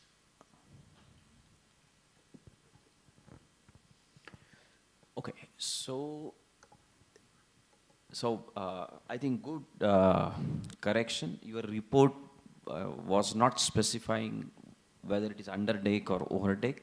Now you made a mention it's over deck insulation because it's on the terrace. Yes. Correct? Yes. So good correction. All right. So when you use any insulation on top over deck, Yes. See, you have 12.5 mm external plaster or screed you will have. How about the protection? Because the section doesn't show any waterproofing aspect. So see, be very careful. If you are going to use insulation, because even if it absorbs 1% of the moisture, there is no waterproofing membrane. Right. Your conductivity will be lost by 28 times. So it will just be a dead weight and will not be effective after one rainy season. So the best way to put insulation on top is to use protected roof membrane assembly, where you have waterproofing laid and then there is insulation. So this one aspect I think you need to take care, but this is good approach to put insulation on the top. That's one. Second, again, I think I made mention in earlier couple of presentation. Also look at the adhesion issue. So when you put screed, there has to be a good adhesion. Otherwise, it will lead to surface crack, Yes. and then it doesn't look nice. You see. And I think overall it's a great attempt, very good efforts, and I like this idea of giving rebates. So good innovative approach. Thank you. Thank you. Carl. Yeah, hi. So thank you for your presentation. So a couple of things I'm just going to rattle off. So you have mentioned 10 contests. Yes. And I think what I saw is, where and why is the contest of quality of life or good architectural quality missing? And the contest only seems to be the contest of perfect engineering balance, which sometimes disassociates from good quality of spaces. Today you're in a campus, in a classroom, where you're very, very close to nature at all times. So please think about that. Yes. Your site, I know this site, you have excellent views to the west, the Arabian Sea, and to the east you have the Borivali National Park. And you got so entangled in your 10 contests that you oriented the building the wrong way. Because to the north and to the south, you have a lot of high-rise construction. Yes. And your apartments, while they will remain excellently well shaded, because of those high-rise buildings and your north and south orientation, which is textbook perfect, but you'll be looking into somebody else's apartment and that person will look into your apartment. So I think the actual site study is very important. And in a residential sector where apartments need to be sold and profit needs to be made for any of this to actually happen, orienting the building the wrong way is not a good start. 26% window wall ratio in residential is very low. No matter how well or poorly the building performs, you have to be able to look out and get adequate light to come in. That is the first objective. Second objective is how you make the building perform well. So again, I'm going back to very basic architectural principles on healthy planning. Also, when I looked at your master plan, your north-south is actually the longer axis, which means you were perfectly set up to orient the building east-west, because you would have fit the building more comfortably on site and still had a good chunk of green space available to use on the east. But of course, you got tied up in facing the building northwest because of other reasons. I was appreciative of the fact that your central core of the building is nice and compact, because often we end up building more than we need to in the name of good sustainable design. But when you build more than you need to, that concrete, steel, flooring, lighting is embedded in the project for life, which can be never recovered. So I was appreciative to see a tighter core. Another thing that you've again got tied up is you are facing north-south, you have the views to the west, but again to block the west sun, you've added these large angular fin walls. So, guys, this is just a wake-up call that don't get tied up in the result in terms of numbers and lose on the quality in terms of experience, because then the project is not going to succeed. Lastly, your unit plans were good, well-proportioned spaces. The green space which was hugging the building actually won't work because it's there in the crevices between the staircase core and this and that. So that's one thing. You spelled the word design wrong on your floor plan slide, unless it was intentionally meant to be. No, it wasn't, of course. Okay. And double wooden windows, I haven't heard of those. You're not going to be able to source good quality wooden windows in this country. Your options for insulation, etc., PVC. And yeah, that's it from me. I'm sorry if I'm sounding negative, but I appreciate the effort. Thank you. Thanks, Carol. First of all, congratulations on becoming finalists. Thank you so Great much. attempt. Kind of echo Carl in something. The circulation and the site plan, your numbers were suggesting that the hardscape and softscape proportion is almost equal. Somehow looking at the site plan, it didn't look that way to me. Yeah, I don't know how these cars are going to be parked and whatever. So I think you need to look at that also. And you have not covered water probably in the presentation, but if there are going to be STPs and whatever else, groundwater recharge or whatever, I don't know how it's going to happen unless the materials that you're using are different and would allow that groundwater recharge to happen or something like that. So, you have to look at that. Yes, wood, double glazed wooden windows. I don't think it's going to work. EPI of 80 is high. Yes. I don't think this project is net zero. Even if, and I now don't remember what is the renewable energy technology that you're using, solar PV or whatever. I don't remember it. I'm Solar sure PV. Solar PV just on the roof. Yes. I don't think so. 80 is high. I think the target was about 30 to 35 in between, even for this climate, is when you can think of starting getting to near or net zero, whatever. At 80, either you should, probably go back and check your numbers. It is lower than 80. Something is off with the simulation you have done, but 80 is high, very high. My next comment actually probably goes for all the teams that we have reviewed. There's this tendency to think of innovation as plugging in some very advanced machine or technology sourced from a company. In this case, this waste management OWC3. I think it is 300. 300. It's being developed by some company that you are just. Yes. Yeah. So please take this in a positive spirit, and again goes for all. Innovation should be innovation on your part as an architect or as an engineer. Even a good joinery detail or construction detail in the building in your projects, which probably saves on material cost, whatever, is innovation. Plugging in devices being manufactured by someone else is not actually innovation on your part. I'd just like to add to that part. So basically, that particular innovation that we inculcated our industrial partner also, it was suggested by them, so that if you are looking forward to reduce the amount of waste that is generated by the households, because in Mumbai, there's a lot of waste that goes into the landfill.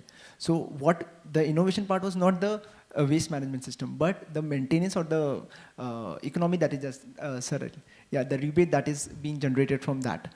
The rebate. Yeah, so that actually engages the users and the people who are living inside to actually give that waste so that they have a net zero maintenance.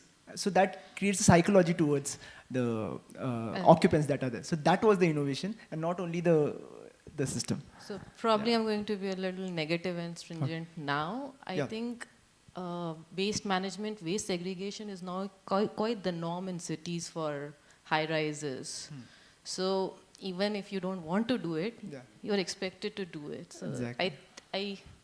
One would look at it a little skeptically, waste management or organic waste management on a site now is becoming quite, whether it is actually being done is a different story, but you're expected to do it. So, yeah. But yes, congratulations. Thank you so much.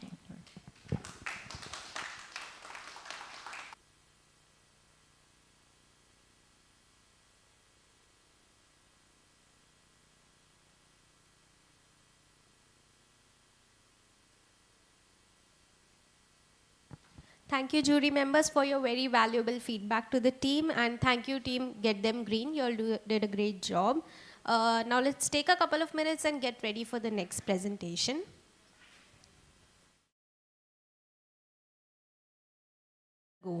They have worked on a multi-family housing on a mixed-use site of a sports university in Meerut. Their project partner is DDF Private Consultants.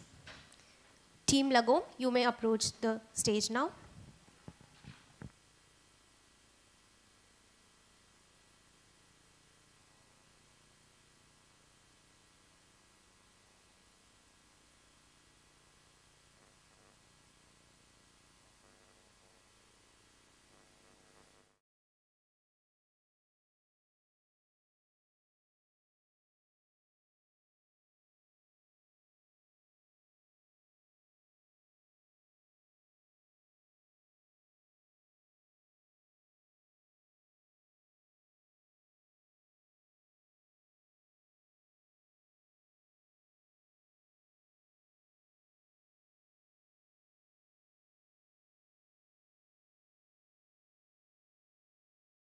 Some instructions like given previously. You'll have 20 minutes to present your work, and at 15 minutes I'll signal you, and we'll end the presentation at the end of 20 minutes. We'll have a 10 minutes Q&A session after your presentation. The stage is yours. All the best. Thank you so much. Good afternoon, everyone. So as you can see, our project, so we are Team Lagom, and our project has been a multi-family staff housing in the major Dhyanchand Sports University in Meerut. And as you can see that Meerut being a bustling metropolis and with quite a diverse kind of population which is actually coming in over there, being a tier 2 city. And, but it also has many various challenges, particularly with respect to extreme climate conditions as it faces both droughts and floods. So our site is located near a freshwater canal, and we have 120 housing units which we have proposed in partnership with our project partner, DDF Consultants. So.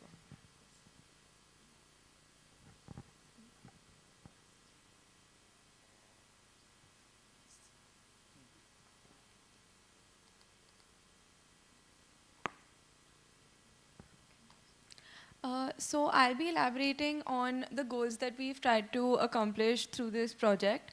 So the first goal that we wanted to accomplish was energy performance, and our target EPI was 34 kilowatt hour per meter square per year.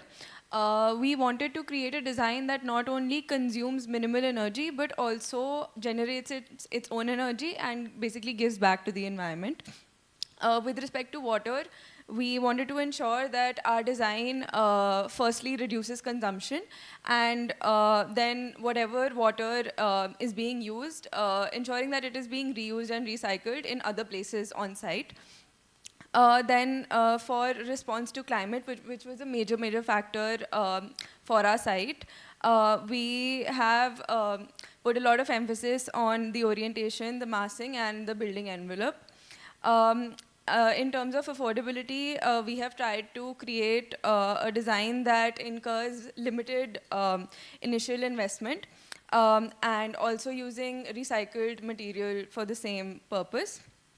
In terms of solar power, we have incorporated solar PV cells for over surface parking and also on the roofs of our units.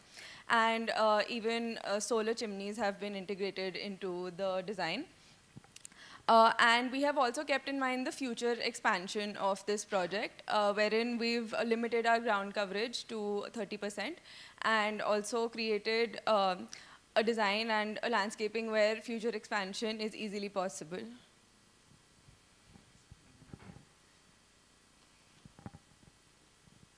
As you can see now that, as I mentioned earlier, our site is located nearby a Salawa village in Meerut.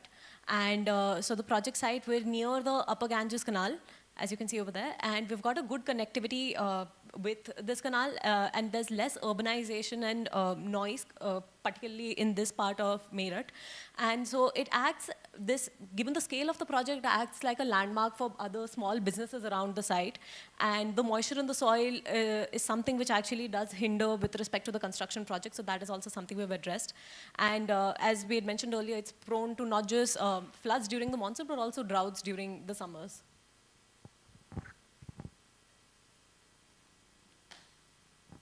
Talking about our main passive strategies, which first is orientation. So how we decided upon our orientation is through our shading analysis and massing.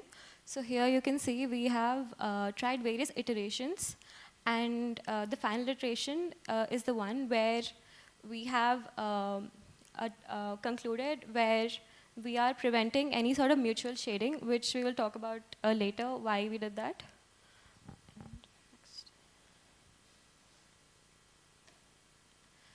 Coming to the form development, so we started with a single 4-unit to 1-core layout, and then we sort of chamfered the unit to improve ventilation and daylight into the structure.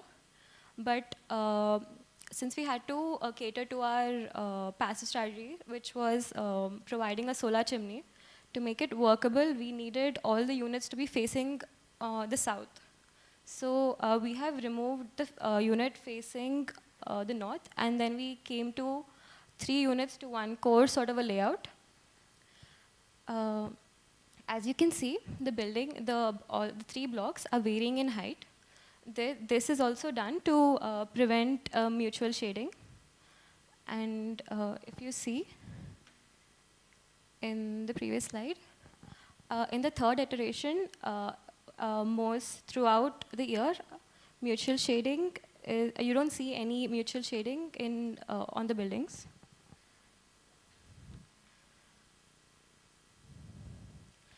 And the solar chimney, as you can see, this is where our innovation part kicks in. So our solar chimney was curved in order to capture maximum light, maximum heat from the south.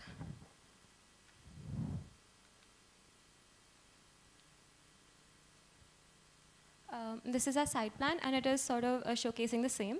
So all these 3 units all these 3 blocks are varying in heights, and we have the Upper Ganga Canal in the north, and we have provided land for future expansion, and as well we have provided surface parking, and the surface parking and the rooftop areas which we're majorly using to provide PV cells.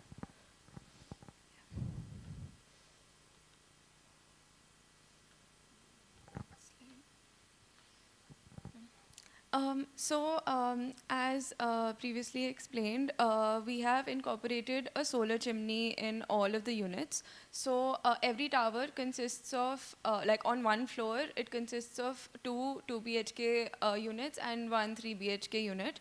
And all of them have balconies facing the south.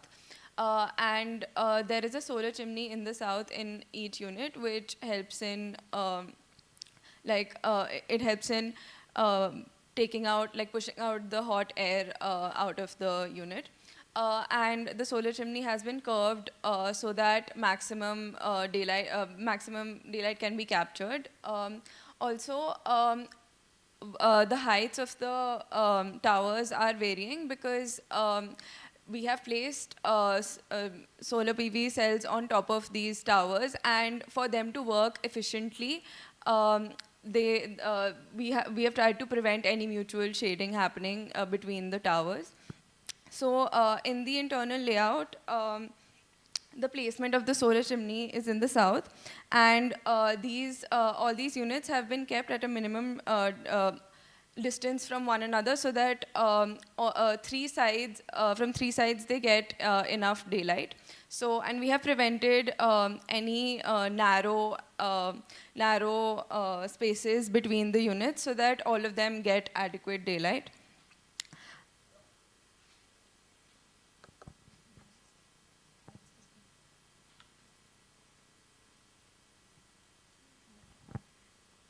So yeah, coming to the water performance, we have the principle of reduce, reuse, and recycle. So coming to the reduce, we have calculated the conventional, water needed for the normal sanitary fittings. So you can see the liters per fitting needed.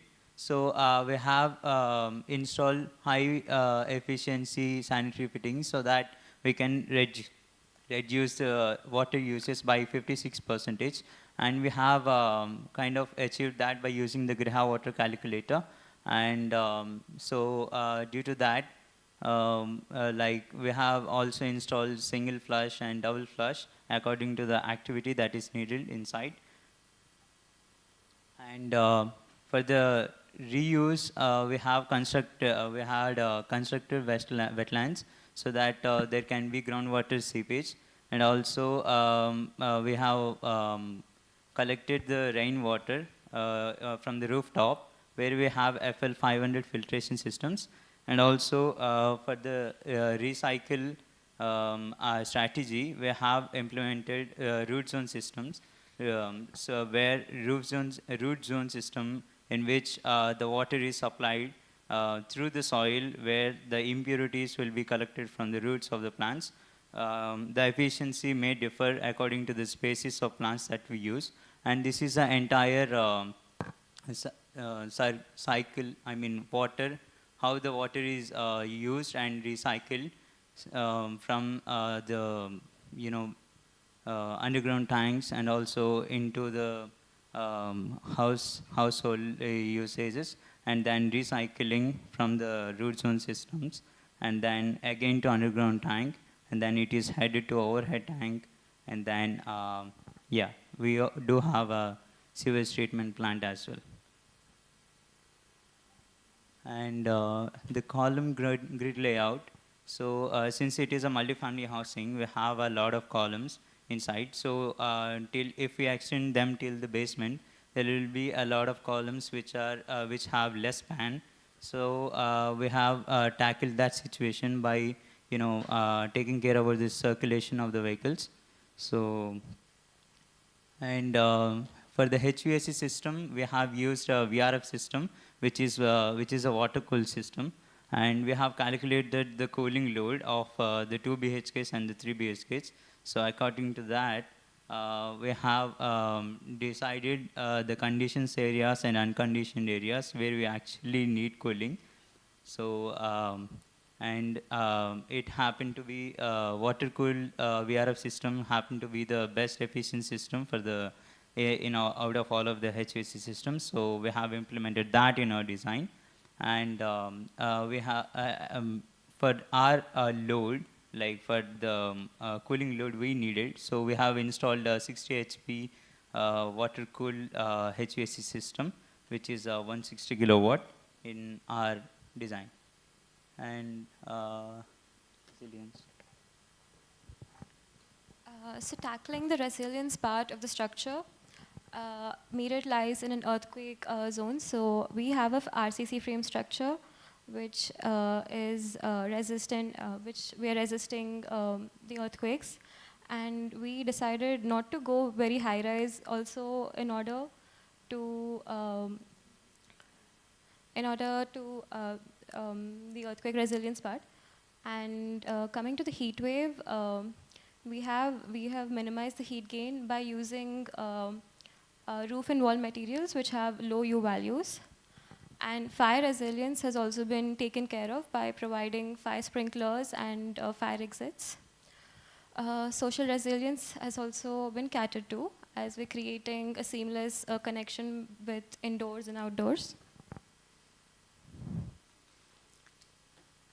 Coming to our innovation part, so our solar chimney is we have used we curved the solar chimney in order to gain maximum radiation from the south. So this is allowing us allowing the solar chimney to be efficient at most times of the year and the day. And if you can see the section, the solar chimney is also tapered. So this due to the low pressure created, this increases the airflow. So it increases the rate of cooling that's happening.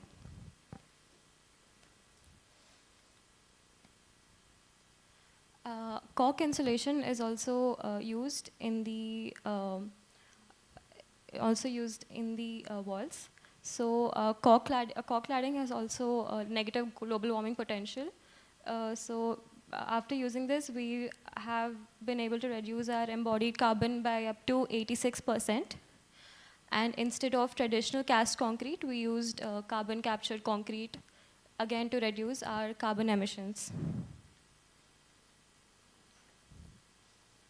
So for the innovation part, for the first thing that we did was we have a biomass plant which is located towards the rear end of the site, away from most of the housing units. So this can help us with respect to resilience in terms of our fossil fuel management, and also it can help in heating during winters.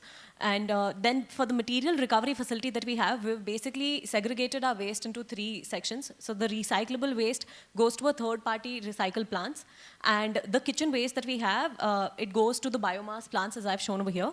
And the domestic hazardous waste that we have is segregated, and then it is disposed of safely with the help of a third-party. Yes. Now, for the total domestic raw water demand that we had was around 45,200 liters per day. And based on the calculations for the STP, we had the total capacity of a STP which is 3.6 by 3 meter. And then we had a garbage chute which we have provided for easy disposal of waste from all the units within the housings, particularly since it's high rise. And so which is why the shaft, a stainless steel shaft is provided, and it is after the collection that it is actually segregated. And then also the utilization of decentralized wastewater treatment system is used for treating the black water that we have on the site, which has a 75% efficiency. And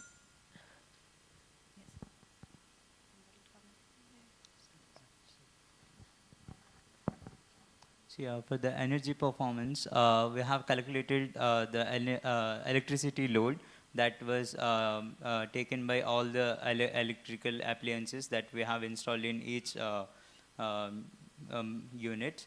So we have reached the API index by 34 around. And this is how the solar renewable energy works.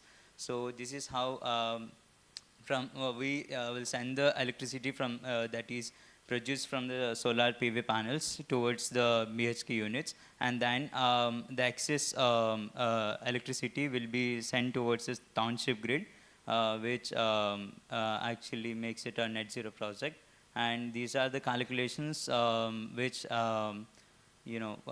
like how much electricity is generated by the number of solar panels. So we wanted to reach the amount of electricity that is consumed, and we wanted to balance by producing the same electricity by through solar PV panels, so that we have installed 980 panels. And and along with the calculations, we can get the payback period as 2.9 years.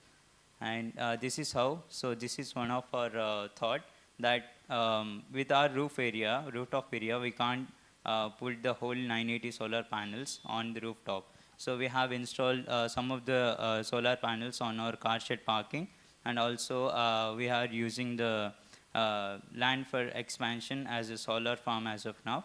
So and this is how the solar panels are placed inside the site. And we also take care that the azimuth angle will be 165 degrees, so that would be the high efficient angle to produce most of the renewable energy. And this is illustration for the energy consumption and the electricity consumption and electricity generation. So here you can see that almost the consumption and generation levels are on the same level. And this is the affordability.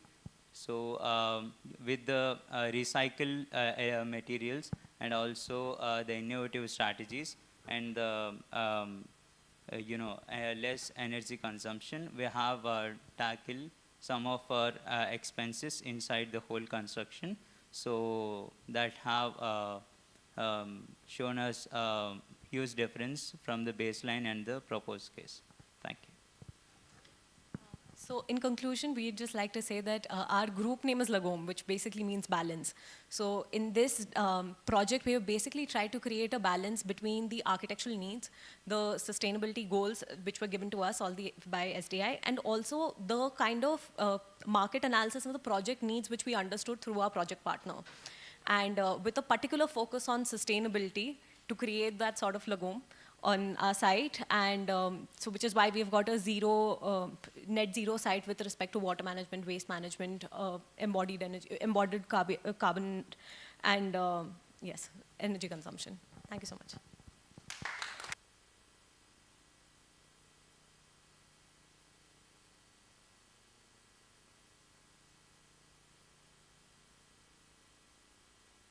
Thank you. Well, very good presentation. Just one question. What's the EPI? 30. Great.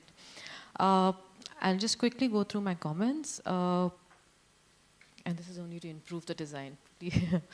I think the siting and the massing could be improved, given that it seems on this site you have a lot of freedom to design. It's not a constrained site, so I think it could be improved. I think Meerut, there's about 2 months of winter, 2 to 3 months of winter, and I think there's a lot of focus in your design on avoiding shade. Whereas probably if you have looked at it more holistically, shade might be better for the rest of the year. Mutual shade between the blocks. So it's basically a fine balance between daylight access, which is very important for visual thermal comfort and health, shading, and access to sun during the winter months, especially in a composite climate like that of, that we get in North India. So it has to be a fine balance. So that's one thing. HVAC, I'm a little confused. If you go back to that slide, you're somewhere saying that it's a VAV chiller system, water cooled, and then you're saying VRF water cooled, which is like not possible. Yeah, so what is it? Is it a VRF? Is it, because it says 160 kilowatts, 60 HP water cooled chiller, and then you're saying it's a VRF. On the top, it's VAV hybrid system heat. VAV is, is different. VRF is different. It's a VRF system. It's not a. So these are not chillers. Yeah, yeah. So, but this mistake kind of takes your design in a different direction altogether. I hope you understand that. The costing changes. I think everything changes here. And probably even the energy numbers. You might achieve higher efficiency probably if it's VRF instead of these smaller chiller systems of 160 kilowatts. Solar chimney, I think it requires a closer examination. You have to have some mass within the chimney so that it gets hot and it's able to suck out the air. I think the construction details of the solar chimney have to be re-examined very closely. The wall insulation seems to be an overkill. There's cork, there's 2 types of insulation I remember, and a lot of things happening in the wall assembly. So I think it's an overkill. Maybe if one looks at the simulation numbers for the different iterations, I could be wrong, but at first glance it seems to be an overkill. And because it's an overkill, you're really, going down in embodied energy and cost. You're using additional material which is not required at all on the site. So, the cost. Yeah. But otherwise, I would say the designs are nice. Thank you.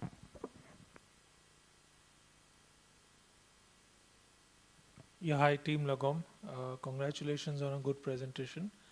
So I appreciate the self-shading study, and with the presumption that you want to do 3 buildings, I think they were appropriately placed. One question, is there a height restriction at your site? Can you go to the master plan slide which shows, yeah, that's fine. So if you see this slide, cumulatively you have 11 plus 7, 18 plus 5, 23 habitable floors.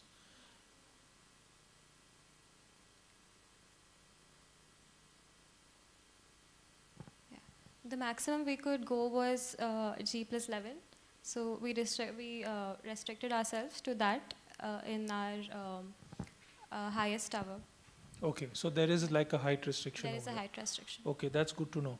The reason I'm asking you this is when you made that decision to make 3 buildings of varying heights as opposed to say, let's say 1 building or 2 buildings, the following decisions also got automatically triggered.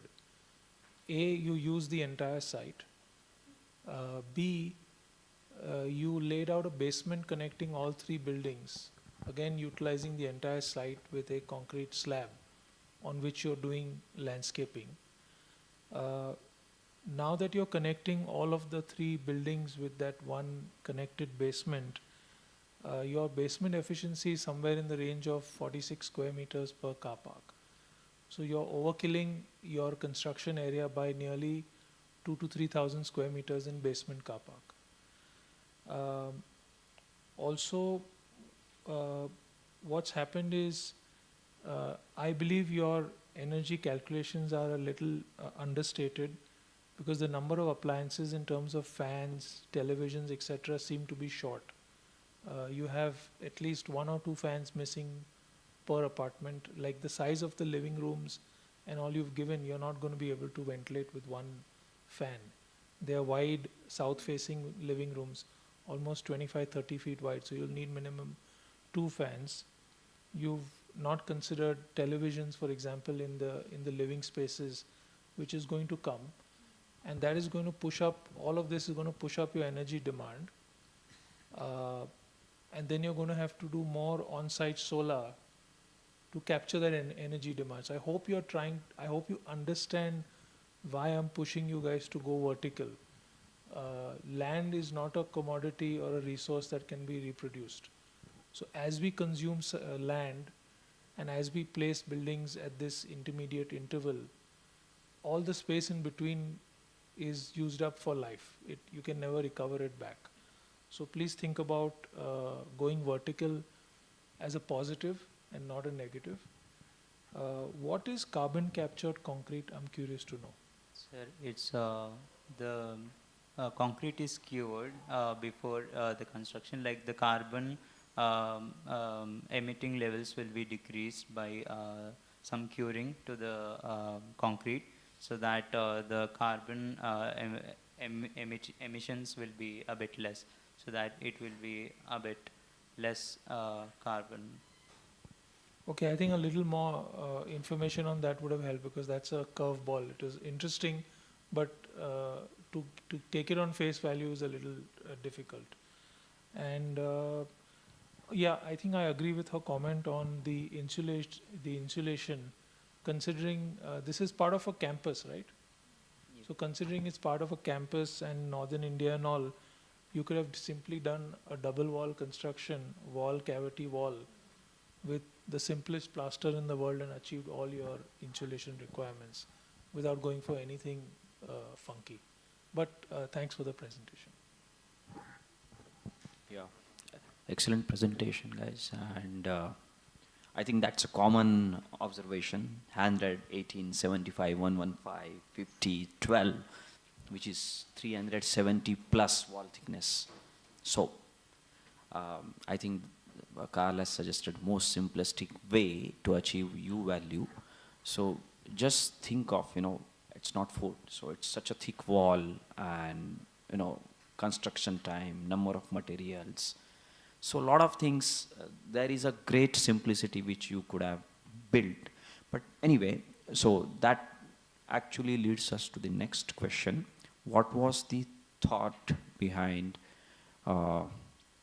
cork insulation? Can you go to the slide on wall section?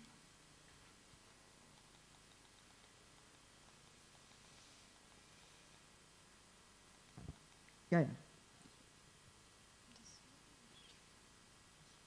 Cork cladding. Yeah, so this was the insulation material that we've used. So according to our simulation, this material has a negative global warming potential, so we were able to achieve a negative embodied carbon. So that's the only one intention. Lower impact, that's the reason you tried to include it. That's it. Yeah, and insulation. Because you have 75 of XPS, and that's probably, even cold storages uses 100 So from that standpoint, so the moment you add one layer, just think of complexity in terms of addition, labor, cost, and then probably if you work very realistic cost of entire scheme, it would be too heavy, which will then further affect your affordability feature. Because then what is your target audience? So no, one thing will lead to another and then another, like that. And then again, cork, you need to again relook at what is the fire and safety performance of such insulation. Yeah, because you are using it from an external site. And then again, addition and all, because you have only 12, you are using it from internal side, and there is internal plaster 12 right? All right, so overall it's good effort and wonderful extempore presentation, so that's something great. Very good, thanks. Thank you.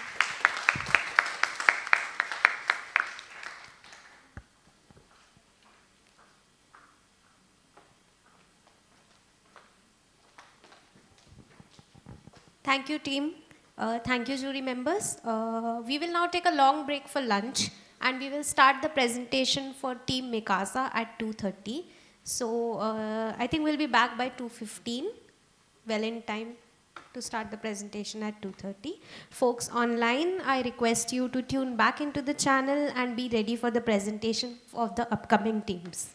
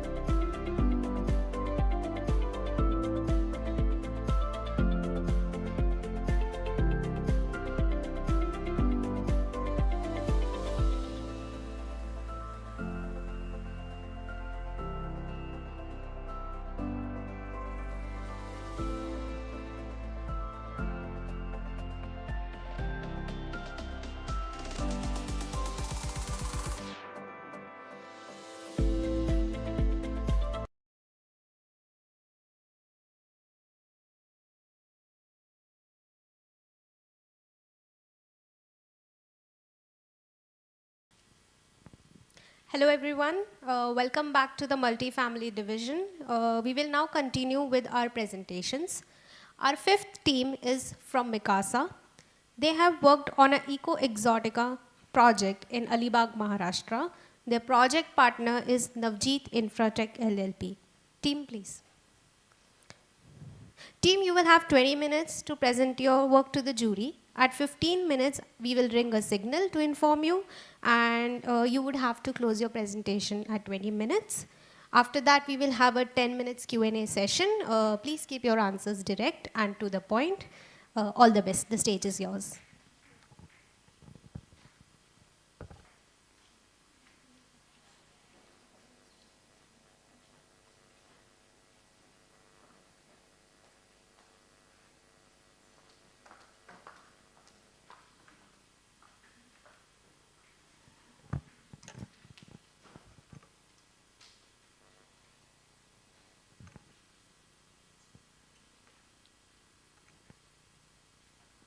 Good afternoon. This is Team Mikasa, and we're students from D.Y. Patil School of Architecture, Navi Mumbai, and VJTI Mumbai.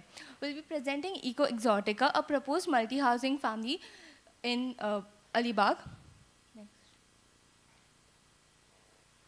Yes, so first we'll start off by introducing what Alibag is, since some of you may not be familiar with this place. So it's to the south of Mumbai, in Maharashtra, and it's 95 kilometers from Mumbai, and it's a popular tourist spot known for its beaches. Given its close proximity to both Mumbai and Pune, it's a popular weekend getaway. Coming on to the climate of Alibag. So Alibag has warm and humid climate with temperatures ranging from about 24 degrees in the winters to about 28 degrees. And it has extremely high humidity going up to 72%. And it rains a lot, so the rainfall averages out to about 2,402 millimeters per year.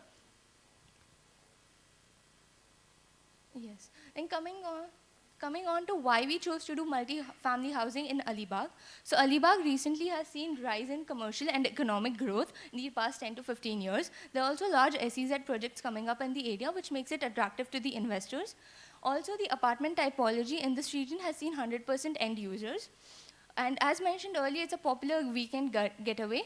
So a lot of people do visit there just for the weekends. And what we're proposing also has in terms with holiday homes for MIG as well. So coming on to our site analysis. So our site area is about 11,100 square meters, and it's near the RCF colony as well as the Alibag Pain Road. And the site is connected via a 9-meter road which comes down from the Alibag Pain Road. Then the site topography is flat land, and it's also the surrounding features. The surrounding area has more residential typologies. Also, in the area, there's lots of barren land. So to the sites north and the west, the area is entirely barren. So coming on to the site study, we found the analysis. The main analysis was to take climate into consideration.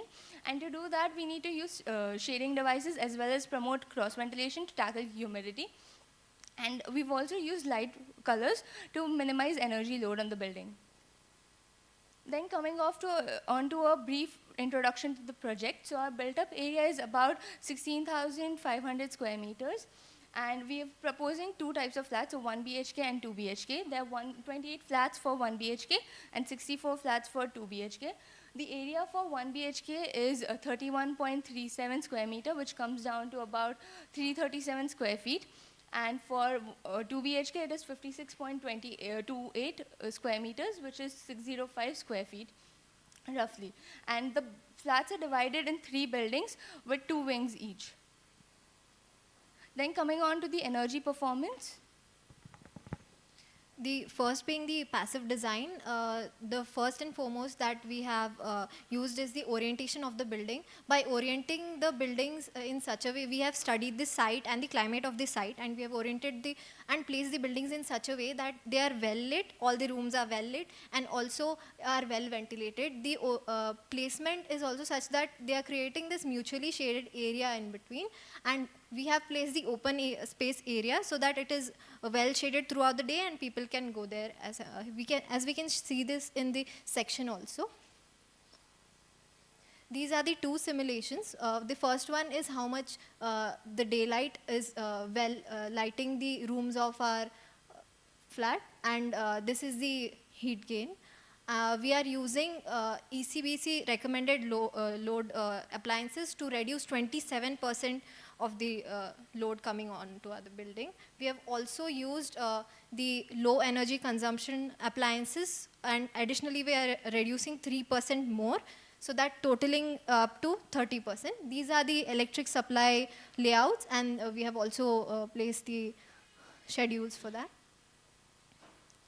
These are these load calculations that we have did for the two typologies of the buildings, and we have also calculated for the community spaces area for the clubhouse that we have provided, and the total consumption is coming up to 905 kilowatt hour per day by using solar panels and by strategically placing it on the the roofs and the parking roofs and clubhouse roof and the balconies and the dead wall where we get the maximum energy.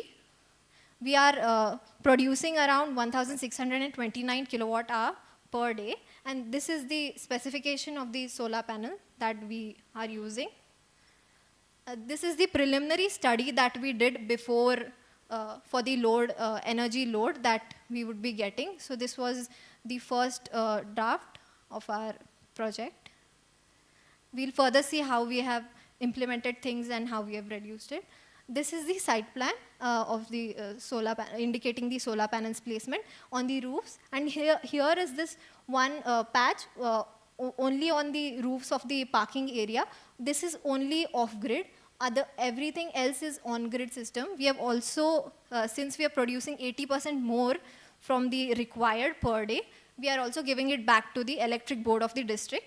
And we are storing this energy produced here on this powerhouse, battery house here. We have demarcated that here. Moving on to the water performance. Since Alibag receives a lot of rainfall during the 4 months, which is from June to September, we are using the rainwater collection also from the hardscape, sourcescape, and roof, and filtering it and storing it. And we are also allowing the groundwater recharge. And we are using the used grey water and filtering it. We are treating it in the sewage treatment plant and through the root zone weed system. And we are using it for toilet, sink, washing, cleaning.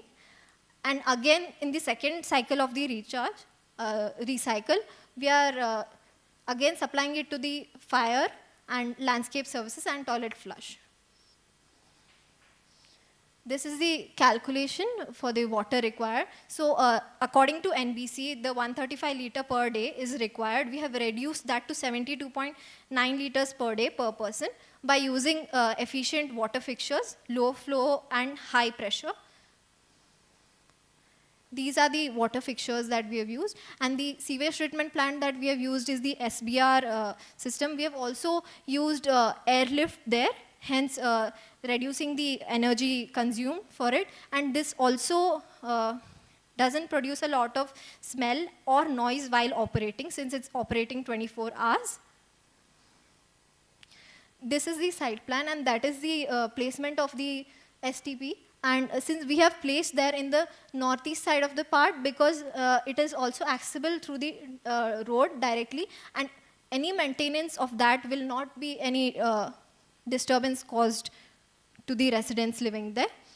Also, the calculations according to as we have provided in the report, we are harvesting more than we are consuming. Moving on to the affordability part of it. Yeah, as we have seen from the calculation of solar power, we are saving around 2,020 rupees per month per flat, so which adds up to 24,240 per year in a flat. And overall, over 25 years, we are saving around 113 millions. Value proposition. So here from the graph, we can see, according to the base case, to the proposed case, the amount is, capital cost is higher. But if we see the maintenance part also, in 25 years, we are saving a lot. So it's affordable. Embodied carbon. So from the pre-construction stage to the post-construction stage, we are substituting high carbon emission materials to low carbon emission materials, which are locally also available. Resilience. So resilience, as it is located in Aligbag, the wind and cyclone hazard we have tackled. We have not provided huge trees in front of the building. Thus, we have provided little far, as it will not, like, the uprooting of the tree will not damage the building. Also, flood hazard, we have provided 0.9 meters plinth. Then pollution resistance, the indoor air quality is better because we have planted trees around the peripheral and adapted to the pandemic. So there is a huge central space located in between. Thus, it will adapt, and this place can be used when pandemic happens. And the heat waves is reduced by using a green wall. So as this place is located in seismic zone 4, we have used moment frames and structurally stable materials. Also, we can see column grid layout here. So this building is structurally stable, and we have provided the simulations here. So it is below that line. Thus, this building will sustain in seismic zone 4. Also, the waste management, we are segregating the waste in 4 parts: glass, metal, plastic, and paper. Also, the organic waste is composed and is used in landscaping in the site. Also, we have considered the fire safety norms. Architectural design will be explained.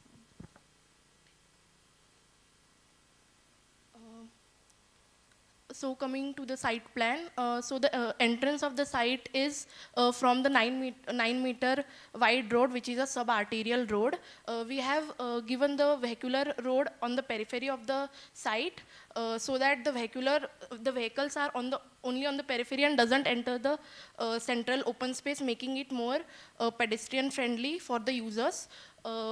Then we have talking about the orientation, then we have placed the buildings in such a way that they face windward direction, making all the units well ventilated throughout the day. Also, there are community spaces are given, such as clubhouse and gym on the western side of the site plan, and central open spaces, green spaces are also provided. Enough parking is provided on grounds as well as on still parking for the residents. Also, we have tried to maintain the hardscape to softscape ratio, so that if there is waters get collected, it will seep in the softscape area, so that the breeding of mosquitoes and foul smell can be avoided. And yes. So the individual building plans. So in this, this is the first floor plan. So in 1 BHK, the area is 337 square feet, and for 2 BHK, it is 605 square feet. We have tried to design the floor plate in such a way that it minimize, the minimum area is given to the passages, and the area is used in the unit, making it more effective for the usable area. Coming to the sectional elevation, so it is a G+8 structure. Floor to floor height is 3 meter. We have provided green facades on the dead walls, which doesn't receive much sunlight. It also adds to the aesthetic value of the building. Coming to this section, as we can see, as mutual shading is there, so the central spaces remain shaded throughout most of the time in daytime, which can be then used by the residents. These are some of the views of our building showing the facades. And Coming to the health and well-being also is very important for the resident as well as the nature. These are some of the strategies that we have used. So green barriers and green spaces are incorporated, such as green walls and green open spaces, to add to the communal value. We have added separate smoking zones on the site to reduce the passive smoking effect. Water quality has been maintained by installing the water purification, as well as the proper waste disposal is also been taken care of. Also, to minimize the ozone depletion, we have we have not used the mechanical ventilation, and we have relied on completely natural ventilation, as the region allows us to do that because of that temperature weather there. Innovation. Yeah, so in innovation we have used green walls, which are more sustainable to building, and they have ability to absorb heat. Whereas we have also used terracotta blocks, which are locally available there. Also, which is locally available, and it will break the monotonous effect of the facade also, and it will make the corridor well lit. Engineering and operations. We have provided the center line plan, column grid layout also, where the columns are placed in such a manner that all columns, centers of all columns are aligned together, so to reduce the human error.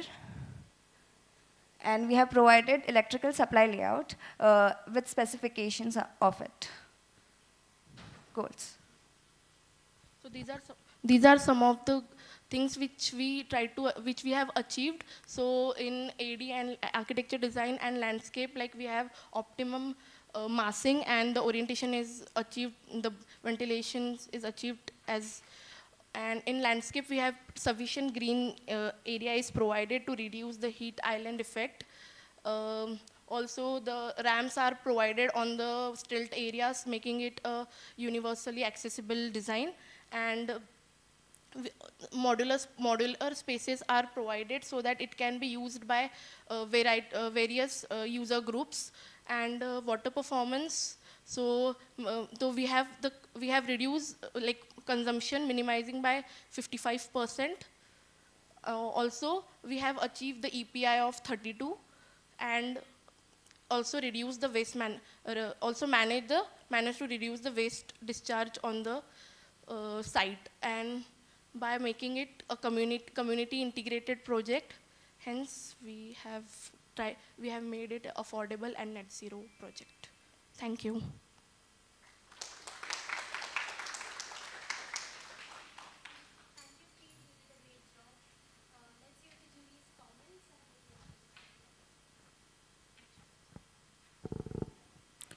I think it's a great presentation. Couple of observations. You have slide mentioning U values.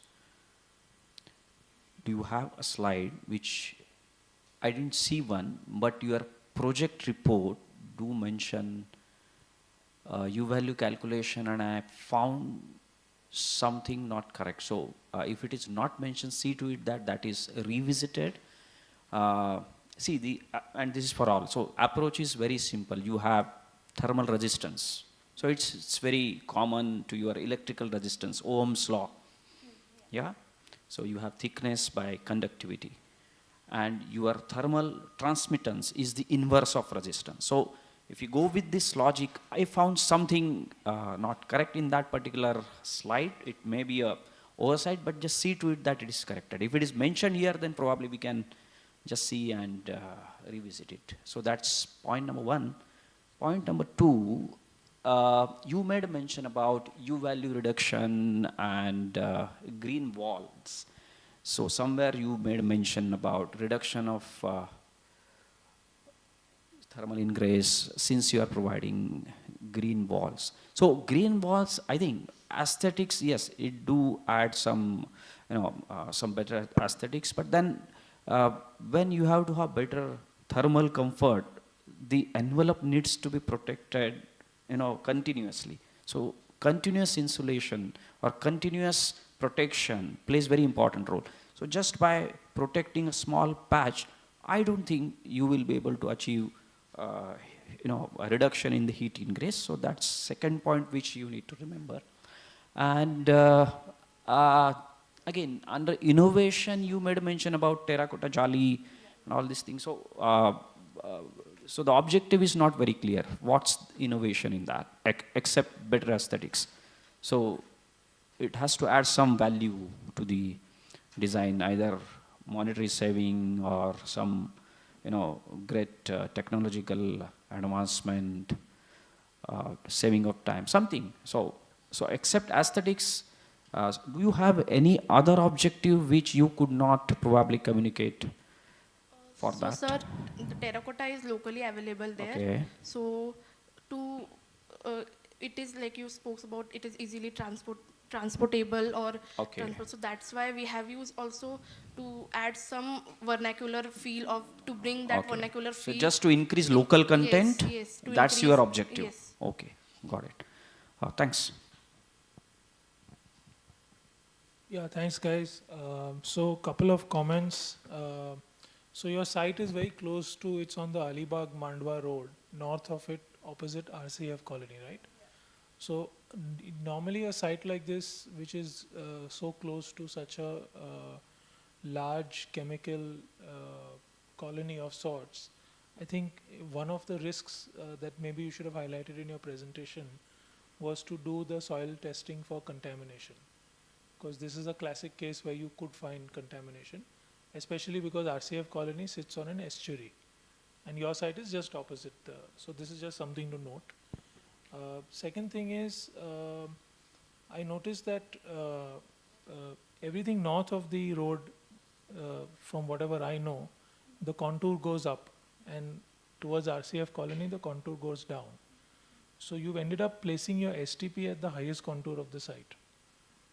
So although it's a big challenge because your lowest contour is your entry and you don't want your STP at the entry, but that's your problem to solve as a designer. You can't put the STP at the highest point unless you cover it in your presentation saying you're going to do pumping, which is also fine.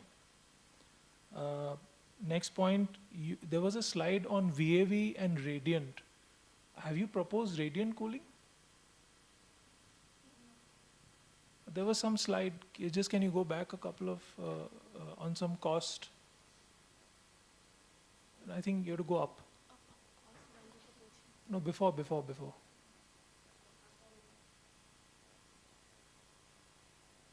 All the way up.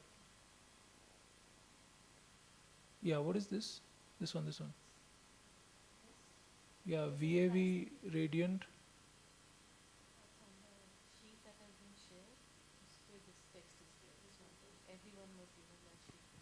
Okay, fine. Okay, so you can ignore that comment. Okay, you can ignore that comment. Next thing I wanted to ask you, on your 11,000 square meter plot, what is actually your ground coverage? Have you done that calculation?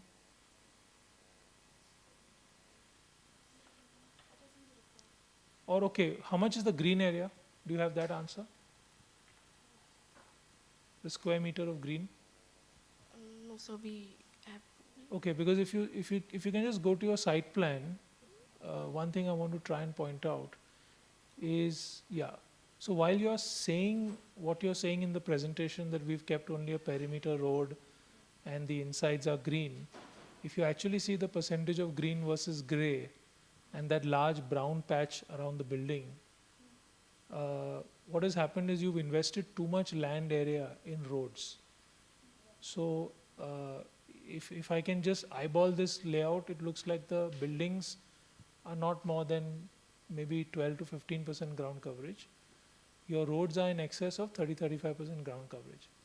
So what you've left yourself in terms of natural green is actually too less. Therefore, placing buildings in orientation is important, but also placing buildings keeping in mind, can one road serve two buildings, for example, is a thought you should have while doing master planning in sites like these. Otherwise, you will end up investing too much in roads, and then you'll create that problem of, absorption of water, etc., and heat island effect. In terms of local materials, I think you've missed out on laterite, because just a couple of kilometers south you get a lot of laterite from Mandwa and all. The whole Konkan coast starts. I'm not sure about terracotta, how it is local. If you can care to explain. Sir, it is like used in various houses there. The local houses there, the housing typology. So that is mainly they use for Mangalore tiles, no? The clay tiles on the roof. Roofs and for balconies, the Okay, so verandas. you observed that. Yes, sir. So Okay, the so verandas maybe and you should have put it in your presentation. It could have helped. Okay, and don't want to take this too long, but your structural design is a problem. You've shown it that it works, but there is no lateral system in the design. There's only point columns. And you also mentioned your code is zone 4 is actually zone 3, Alibag. So you may want to look at that as well. And the last point was you mentioned that you're not providing any HVAC. So I'm quite familiar with Alibag, and there are at least 5 to 6 months of the year where it's very uncomfortable. Because except for afternoon breeze, the rest of the day is extremely still. And even though your apartments have an opportunity of cross ventilation, if you notice between the core, your living room back wall, you've not punctured a window there, even though you have that opportunity. So not providing HVAC and then not taking cross ventilation seriously are two that don't work hand in hand. So you have to evaluate. And last thing is again, this is to all the candidates, your actual apartment layouts don't work. For example, you can't have the entrance to the bedroom at the far end of the living room where you want to put a sofa. If you try and lay out furniture in your layout, you will not be able to put furniture. So please think of all these things very, very carefully. But otherwise, all said and done, great presentation, great effort. Thank you. Thank you, sir. Thanks, Gaurav. So congratulations on making it to the finals. First of all, a few comments. When you look at the health and comfort contest in this competition, typically you have to select a standard. You have to meet certain standards of ventilation rates and what kind of indoor temperatures you're going to achieve. So while you may have all these n number of strategies, it's very important to be able to convince us that these are going to work and achieve the standards that have been selected. So that part I think is missing, and it's generally for all the teams here. Typically, the standards and the targets are missing. You need to define the targets for thermal comfort, because thermal comfort then could be anything for anyone. In terms of equipment load, they seem to be off. Have you taken those from somewhere? Where are those assumptions coming from? Like 6 hours of fan usage in a residential building in and around Mumbai is, I don't know, without HVAC and all. Even with, I think, HVAC, it could be like, doesn't make sense. And if it's Alibag, I think 2 BHK nowadays, 1 AC is very common. So, if you have to be pragmatic, and if you're making a project which is likely to be implemented, then it's very, you have to be realistic that at least in 2 BHK you might see 1 or 2 split ACs, so you have to factor. I did not see that factored, and the occupancy schedules probably a little off. Again, I do not recall seeing an envelope composition in this presentation, but I do remember this from the report, but I think the U values were too low to achieve an EPI of 35 or 34. 32, sorry. Yeah, I don't think so that was possible. Terracotta blocks, I think they could have been used more sensibly. Right now, I think they are just the parapet of the stairway. So, if the upper half of the staircase is open, then I am not sure what purpose the terracotta blocks are achieving other than probably aesthetics. Because you're going to have ventilation because the upper half of that staircase is as it is open. The light is also, you'll also get daylight and everything. So it probably would have made sense in some covered spaces or semi-covered spaces possibly, or to shade or to something like that. But here it seems off. And also to just expand a little bit on what Carl said about the drainage on the site, I think you mentioned that you're trying to ensure that the runoff is from the hard paved areas is towards the softer areas. The way this site is, if you look at as it is, it's sloping towards the end, but if someone were to slope these roads towards a point where they meet a soft surface, is going to be a way, I don't know how you'll get that slope. You know, practically if you look at that, you must break it somewhere, and you should have had patches, adequate patches of, you know, soft cover in between, which is not happening. So I think even that is not going to work, but I believe in terms of the elevation that you have given us, it seems very workable, and if this project were to be implemented, I think that would make a lot of sense, the elevation. Thank you. Thank you.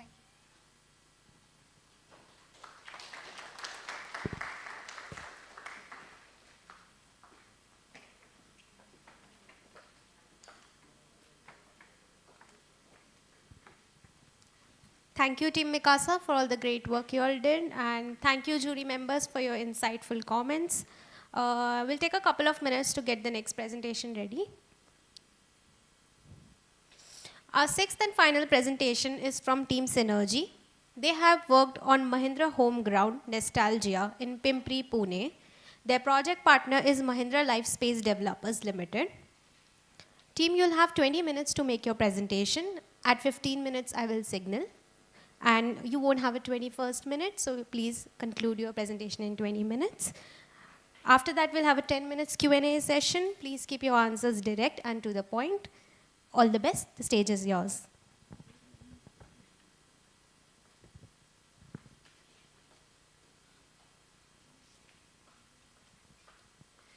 Let us begin with thinking about what is a house. Thinking about how can you define a space within the four walls as your own space and your own house. So taking this as a challenge, we've come up with a solution for multipurpose housing.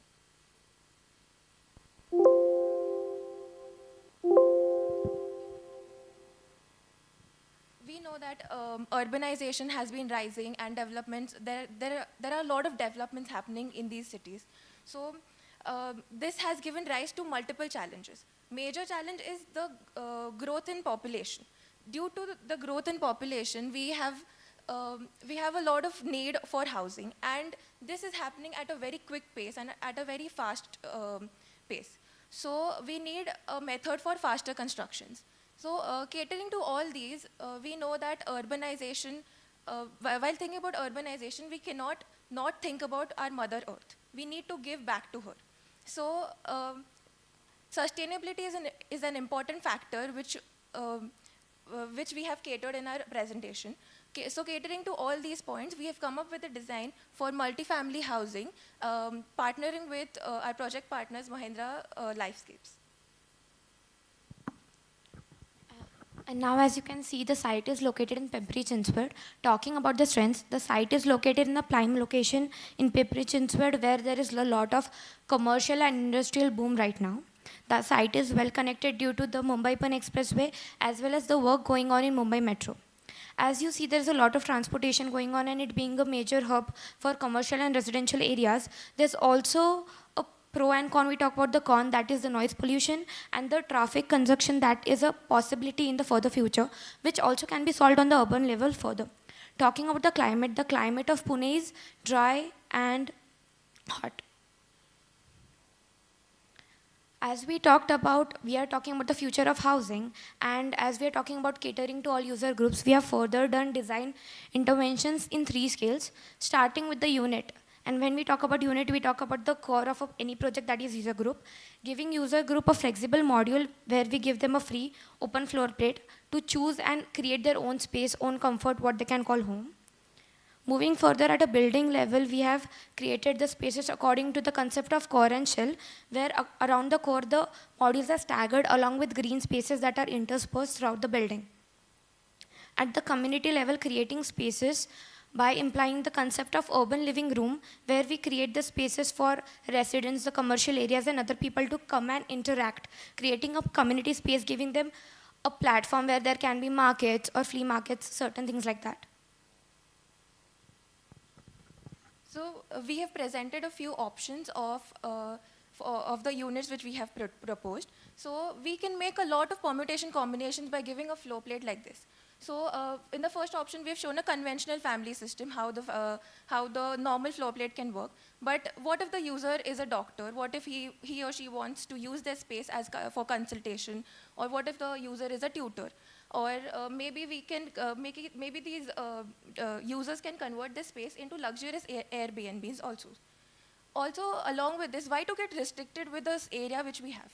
Why can we not combine our houses with the neighboring house? Well, we can have a 2 BHK combined with a studio apartment. We can have a 2 BHK combined with a 3 BHK as well. And this houses itself can serve multiple purposes. So we have followed a grid of 3.3 meters, and by following this grid, we got an opportunity to move and push the units so that it creates voids, and these voids itself create green spaces and open spaces for community for the community living in the building. Moving forward, talking about the site. As we talk about a site, a major aspect of site planning is circulation. Talking about circulation, as you can see, all around is the vehicular circulation we talk about, and in between space and at the entry is the pedestrian circulation we talk about. Starting from the entry, there is a Yulu cycle station, and further you see a drop-off from where people can be dispersed. After that, at the very entry, as we talked about urban living room concept, we have the commercial plaza and the landscaping so that we give people platform and interactive spaces. And in between the housing is the community spaces, talking about the amphitheater, the swimming pool, the passages, and connective open areas. There are bioswale along the passages. At the upper left corner, we can see there's a clubhouse. Then there's a small pond, a kitchen garden, as we talk about sustainability and following self-sustainability and organic functions. And then at the upper right corner, you can see there's a composting pit as we talk about waste management, and also we have an MRF facility dealing with waste management and upscaling and recycling the material. Here there is a podium level plan where we have demarcated major services talking about meter room and BMS room and other solar battery storages, etc. Talking about the energy performance of the structure, our process began with the form exploration. So basically, for the massing optimization, we tried different iterations. We simulated them using CFD simulations. First was orienting the building in a north-south direction.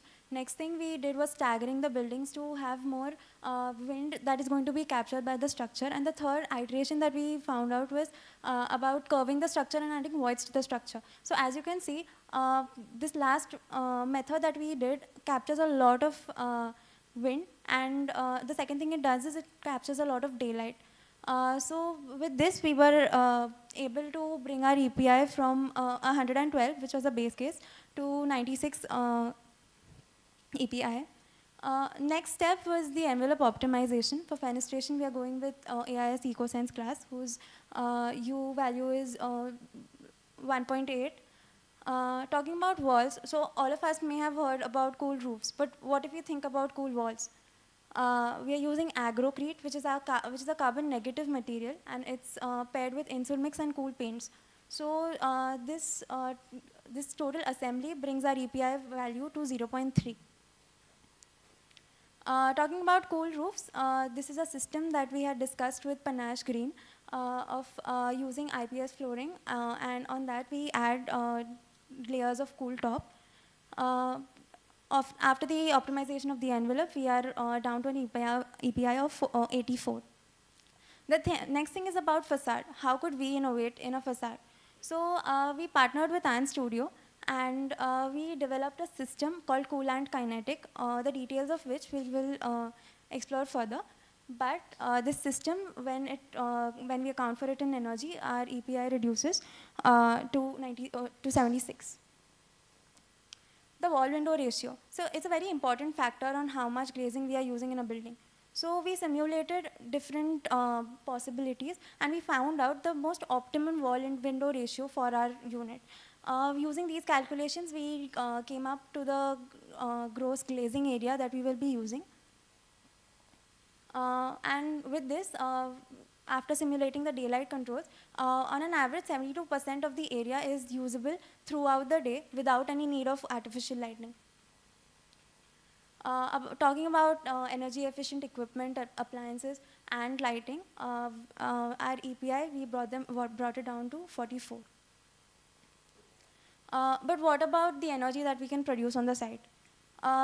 Talking about Pimpri-Chinchwad, all of us know that it has a very good solar and wind energy potential, and we wanted to explore this in our design. So we partnered with G2V Solar, so they helped us with building a hybrid system of solar as well as wind, and bringing the most optimized and the best configuration, wherein we have low cost, but the most amount of energy can be achieved. So the process that we followed is not every month we get the same daylight. So we simulated that. We accounted for all the energy that we could get from the solar panels. But another thing is, solar panels, they lose efficiency after a long time. So we accounted for 26% losses also. And this is the total on-site renewable energy that we can produce in a year. A similar process was followed for wind generation. And summarizing the entire energy performance of the building, we followed it in 2 steps. The first was reduction of the EPI, and the next was solar generating power. So after all the calculations, we are having a net positive design, wherein we are producing more than we are consuming.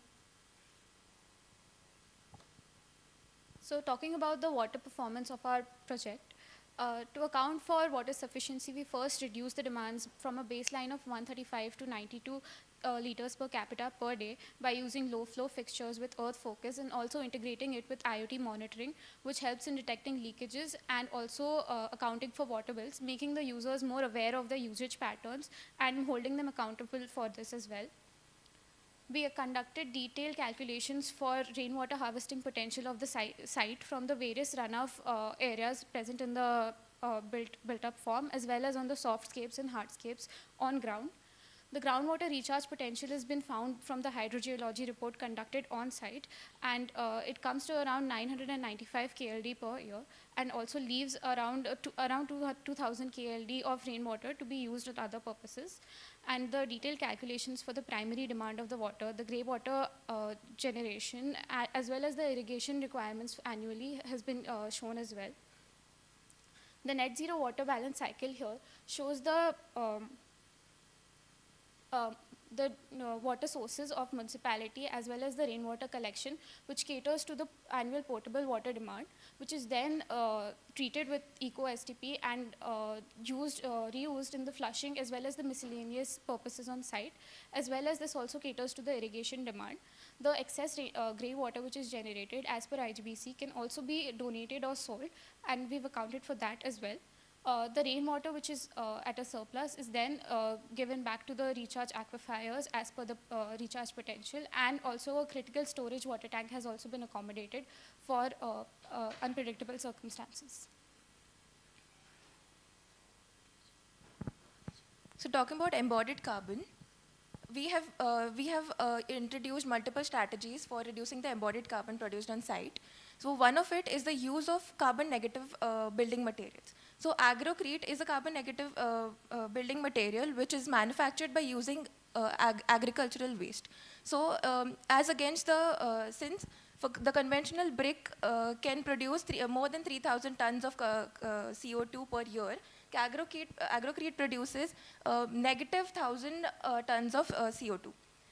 So in the graph, we can see that, as mentioned before, the embodied carbon which is produced here is 15% lesser than the base case which is provided to us by the project partners. Along with it, for reducing embodied carbon, we have made use of the modular prefabricated construction. Here, in the figure, we can see that this is the life of the material. So while dismantling, these materials itself can be reused during the multiple stages of construction. They can be reused during assembling. They can be recycled and repurposed.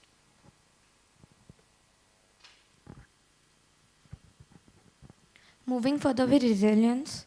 So talking about a holistic resilience approach, we start with security, providing checkpoints at key lobby areas and openings of building.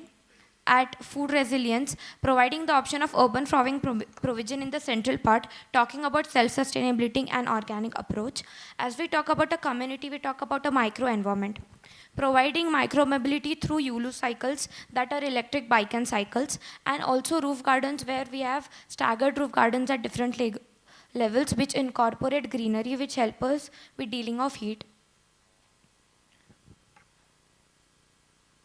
Talking about autonomy of a building in terms of water and electric energy, critical water storage tanks have been provided which can accommodate up to storage of 15 days worth of water use. And also solar power backup has been provided with also IoT monitoring, which also gives us efficient solar power which can be stored and be used in case of electric cutoff, and also helps to give us back to the grid. Talking about earthquake resistance, we have thought about it since the design level. So the form which we have come up is in a C shape. So this form itself holds the building from seismic forces or lateral forces. And in terms of construction, we have introduced cross braces at the external walls to to resist from the lateral forces. And for fire safety measures, we have given a clear fire tender movement which caters the entire site, and along with it, we have given the refuge area on the dedicated floors. Talk about waste management. So the waste which is generated on site, our main goal was to take away all the waste from the landfill, and for that purpose we have introduced three processes. First is composting, second is converting the food waste into biogas and manure, and third is treating the solid waste. So while tackling the waste management, we refer to the waste generation factor which was given by Swachh Bharat Abhiyan, and for Pune it was 0.46. According to the waste generation factor and calculating it based on the occupancy that was 2010 according to the 498 modules, we further segregated it into three parts, that was wet waste, e-waste and dry waste. And along with the help of our industry partner, we came up with calculations for the composting pit and MRF facilities. As we talk about dividing it into three parts and further dividing it into sub-parts so that they can be catered, upcycled and recycled accordingly rather than being disposed in form of landfill. As you can see, Asha is a startup which caters to recycling and upcycling plastic into high-end products and materials. Vayu converts food waste into biogas and manure, while the biogas can be used on site for the labors and manure can be used for the farming and the urban farming programs we talk about. Badcare is a startup which deals with the sanitary waste through the San Eco Bins and San Eco Bins. Also, as we talked about the construction waste takes up to the major part which goes to the landfill rather than sending it to the landfill and upcycling it into the various stages of construction. Paper and cardboard can be sent to the Raddiwala and can be recycled into the new products.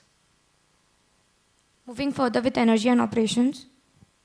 So since we are moving towards faster construction, we have come up with we are using prefabricated construction. So in this process, the on-site construction of the service core starts, and along with it, at the same time, we can start with manufacturing the components in the factory. So all these processes work simultaneously, which reduces the time of construction. Along with it, since we've used agrocrete, the construction of agrocrete is very similar to the conventional AAC blocks, so it follows the same joinery.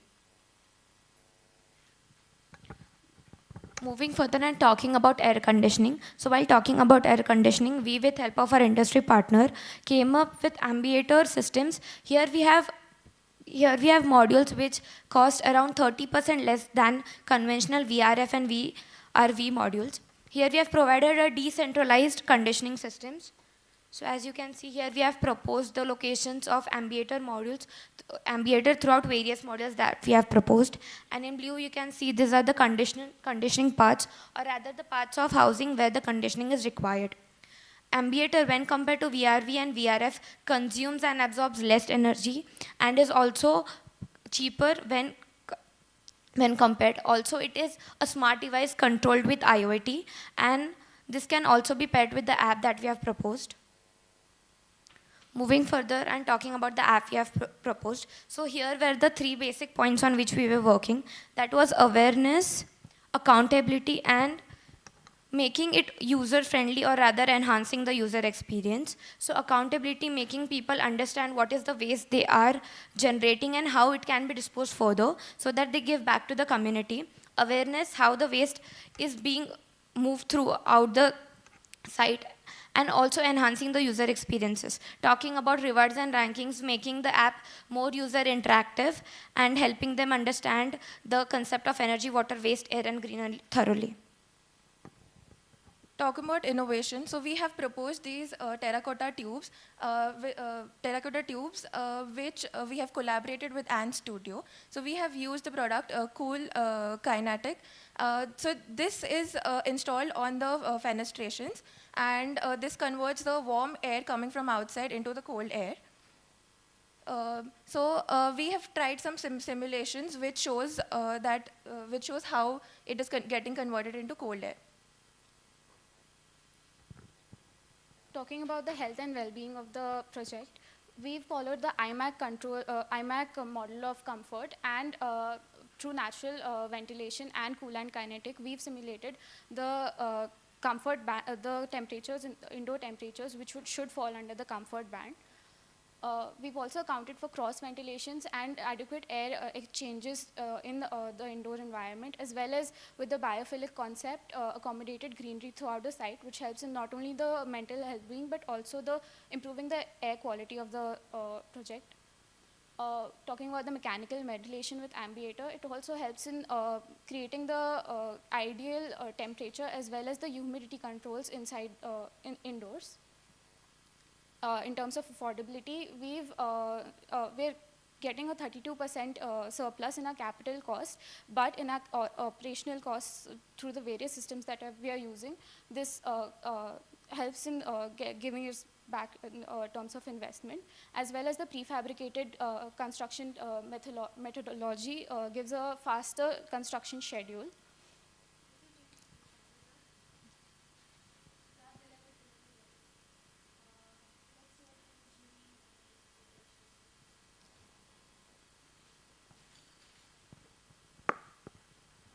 Thank you. Very good presentation. Is this an all-girls team? No. Additional marks for that, probably. No, very good attempt. Few questions and comments. When you look at the flexibility, you talked about flexibility within the apartment. It seems the flexibility will be achieved if you combine different units. It could have been better. I'm not saying that what you have attempted is not good, but it would have been better if you could have worked around on how, at least in 2 BHK and plus sizes, flexibility could have been arranged within that one unit. Because if you combine 2 units, most apartments will give you some flexibility. But if within that, if you can have 1 or 2 configurations within that same apartment, that would have been, much better. Net zero. I'll go back to my comments. I think it was not net zero when I checked when the report came in. We could go to those numbers. I think the on-site was 11,000 some K that you were producing through all the renewable systems, or 4,000 something? No, it's 11,000. It's okay, it's okay. I think you still need to revisit the numbers on energy. It doesn't seem to be net zero. Yes, ma'am. Actually, when the report came in, we revisited those. So you mentioned that throughout the entire year, it's not going to have the same daylight, which is why we revisited those calculations, and these are our final calculations. Okay, great. Sorry. Go About ahead. the flexibility part, we've actually remade the unit plans according to the same methodology you've said. And here we've shown how these different iterations could work at a 2 BHK level for having different internal walls accommodated within it. We've also shown the same in the unit plans as well in the presentation. Okay, great. I think some of the materials that you had proposed, like that rock wool, which is a UK-based company and something.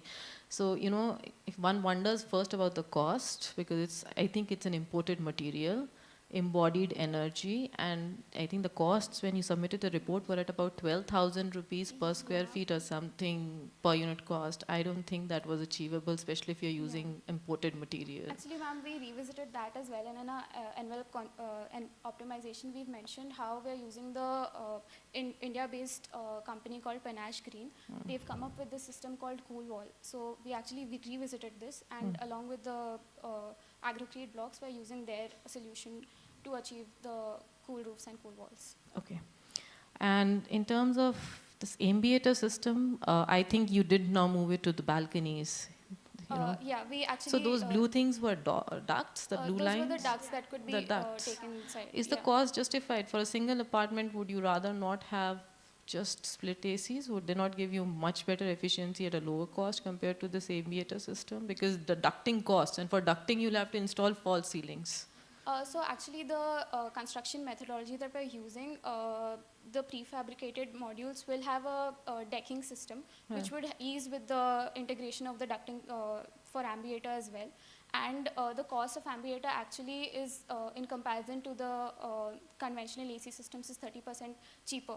As Which well conventional as, system? Conventional air conditional system, and also it is cheaper as compared to the VRF system. And since in the VRF system in a residential house, it does not provide for customization of the temperature at particular house levels, in this method we can actually accommodate this in a better way. And in terms of the scalability of this as well, in our report we had mentioned it is a 5 kilowatt system, but if we go back to the manufacturer's details, we can specify the area requirements, and accordingly they can manufacture units depending on the air conditioning requirements as well. So this can be mass produced for studio 1 BHK and 2 BHK, 3 BHK units as per the requirements. Good. And on the last one, I think it's great that you actually went and did those readings on the Ant Studio. My only comment would be, when you look at the original design by Ant Studio, it is for centralized use. They have massed the pipes together and using it for probably one singular space.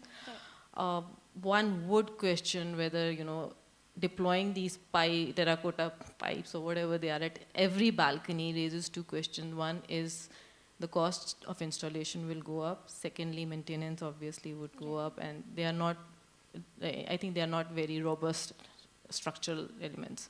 Lastly, I think you have to supply water. Then that means you have to supply water to every balcony there you're using it. So, I mean, in terms of practical usage, I would still say probably you could think of something different to be used as a jali, and where you can use them for a very huge space, then this makes more sense.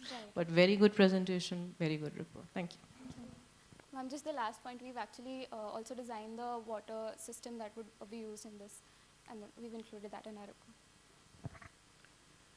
I think very balanced presentation in terms of delivery. All the aspects which you have mentioned in the report are well covered. Generally, you know, you have mentioned 10 things and presentation will have 4. So this is most balanced. So I think on that point, you know, good, very good attempt.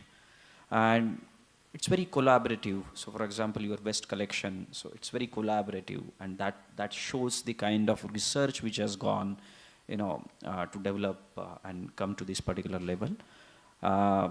And except those practical problems which Aarti has mentioned, I think the innovation front, there is, you know, again, a good effort which you have put. I think in terms of overall effect, it should give some benefits. And coming back to, you have mentioned the, in the report you have another envelope system which you have changed it here, right?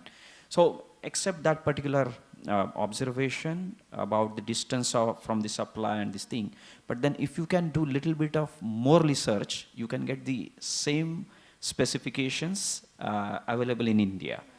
Why? Because in this particular system, you will only have reflection, you know, benefits. So it will reduce the surface temperature with this system, but then as far as heat ingress is concerned, that will not stop. So heat, because of conduction, that will not stop. There will be good reflection, so it will not get hot.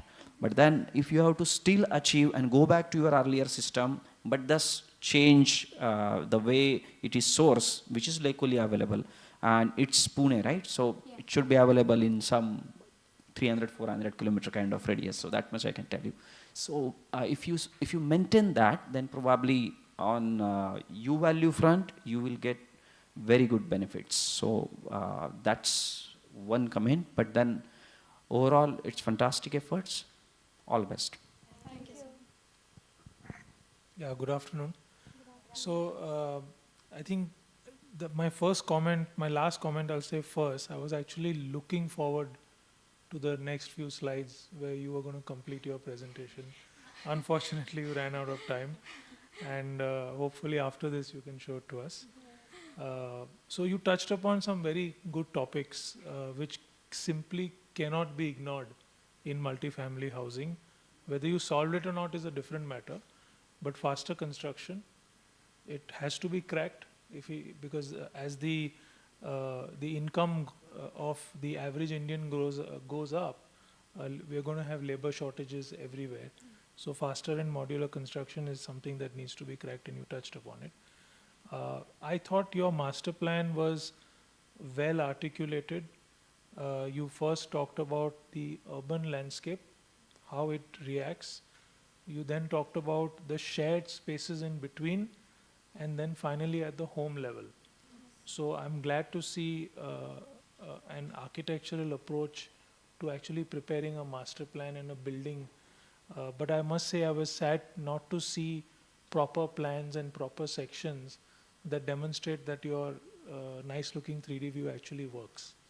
So that's, the aesthetic of the project is so attractive. I'm almost wondering why, regardless of the fact that this was a multifamily brief, I think you should have just thrown in some shopping and workplace as well, because it looks like it can all function well together.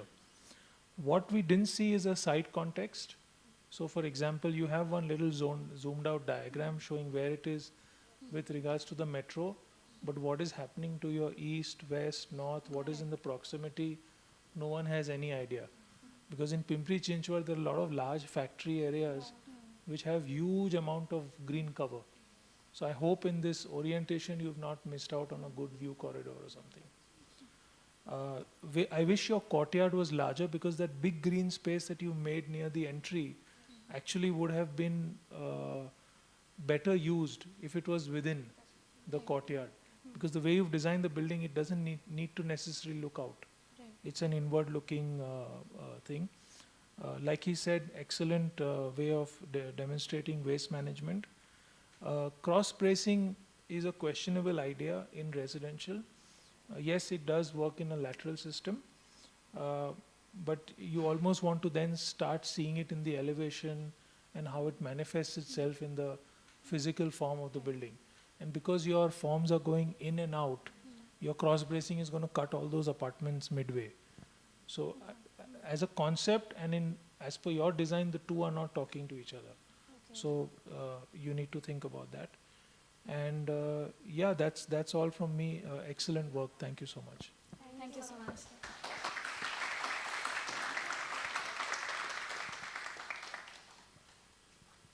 Sorry, I have a last question. How exactly is Agrocrete carbon negative? So actually the manufacturing process of Agrocrete itself, I don't think we've added the details, but it actually uses the carbon from the from the environment, and so at the end, after the process of its manufacture, we are reducing the carbon, which is why we call it carbon positive, carbon negative. Okay, I can only say okay. Something would be used in use energy in manufacturing also. Is that also utilized? I think, yeah, it does. We can also show you how the system actually works, the manufacturing system. We have it right now. The correct answer is we'll get back to you.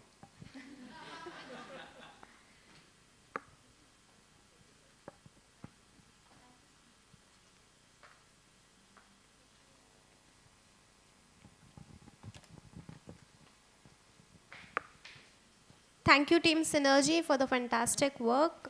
Thank you, jury members. So folks, that was our last presentation in the multifamily division. Our esteemed jury panel has shown immense dedication for assessing these entries. I want to thank all the jury members for your thoughtful assessment and comments, and let's give a round of applause to the jury.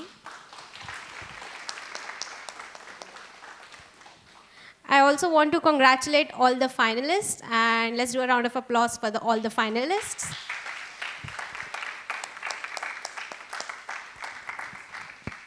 As the jury coordinator for this division, I have had the opportunity to see these teams submit their deliverables. They have done some incredible work. Let us not forget that these teams have discovered a way to collaborate and do integrated design during the last 9 months. I think that itself deserves a round of applause.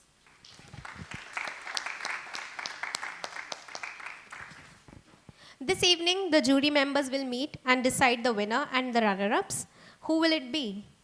This year, we have a building industry innovation exhibit, and where you will get to see innovative building products that address climate change.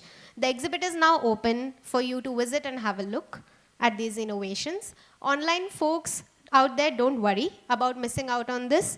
Stay tuned at our channel at 6 p.m. and watch these exhibitors pitch their products to the Infosys jury panel. Thank you all and have a great evening. A round of applause to Garima for being the best timekeeper we've ever known.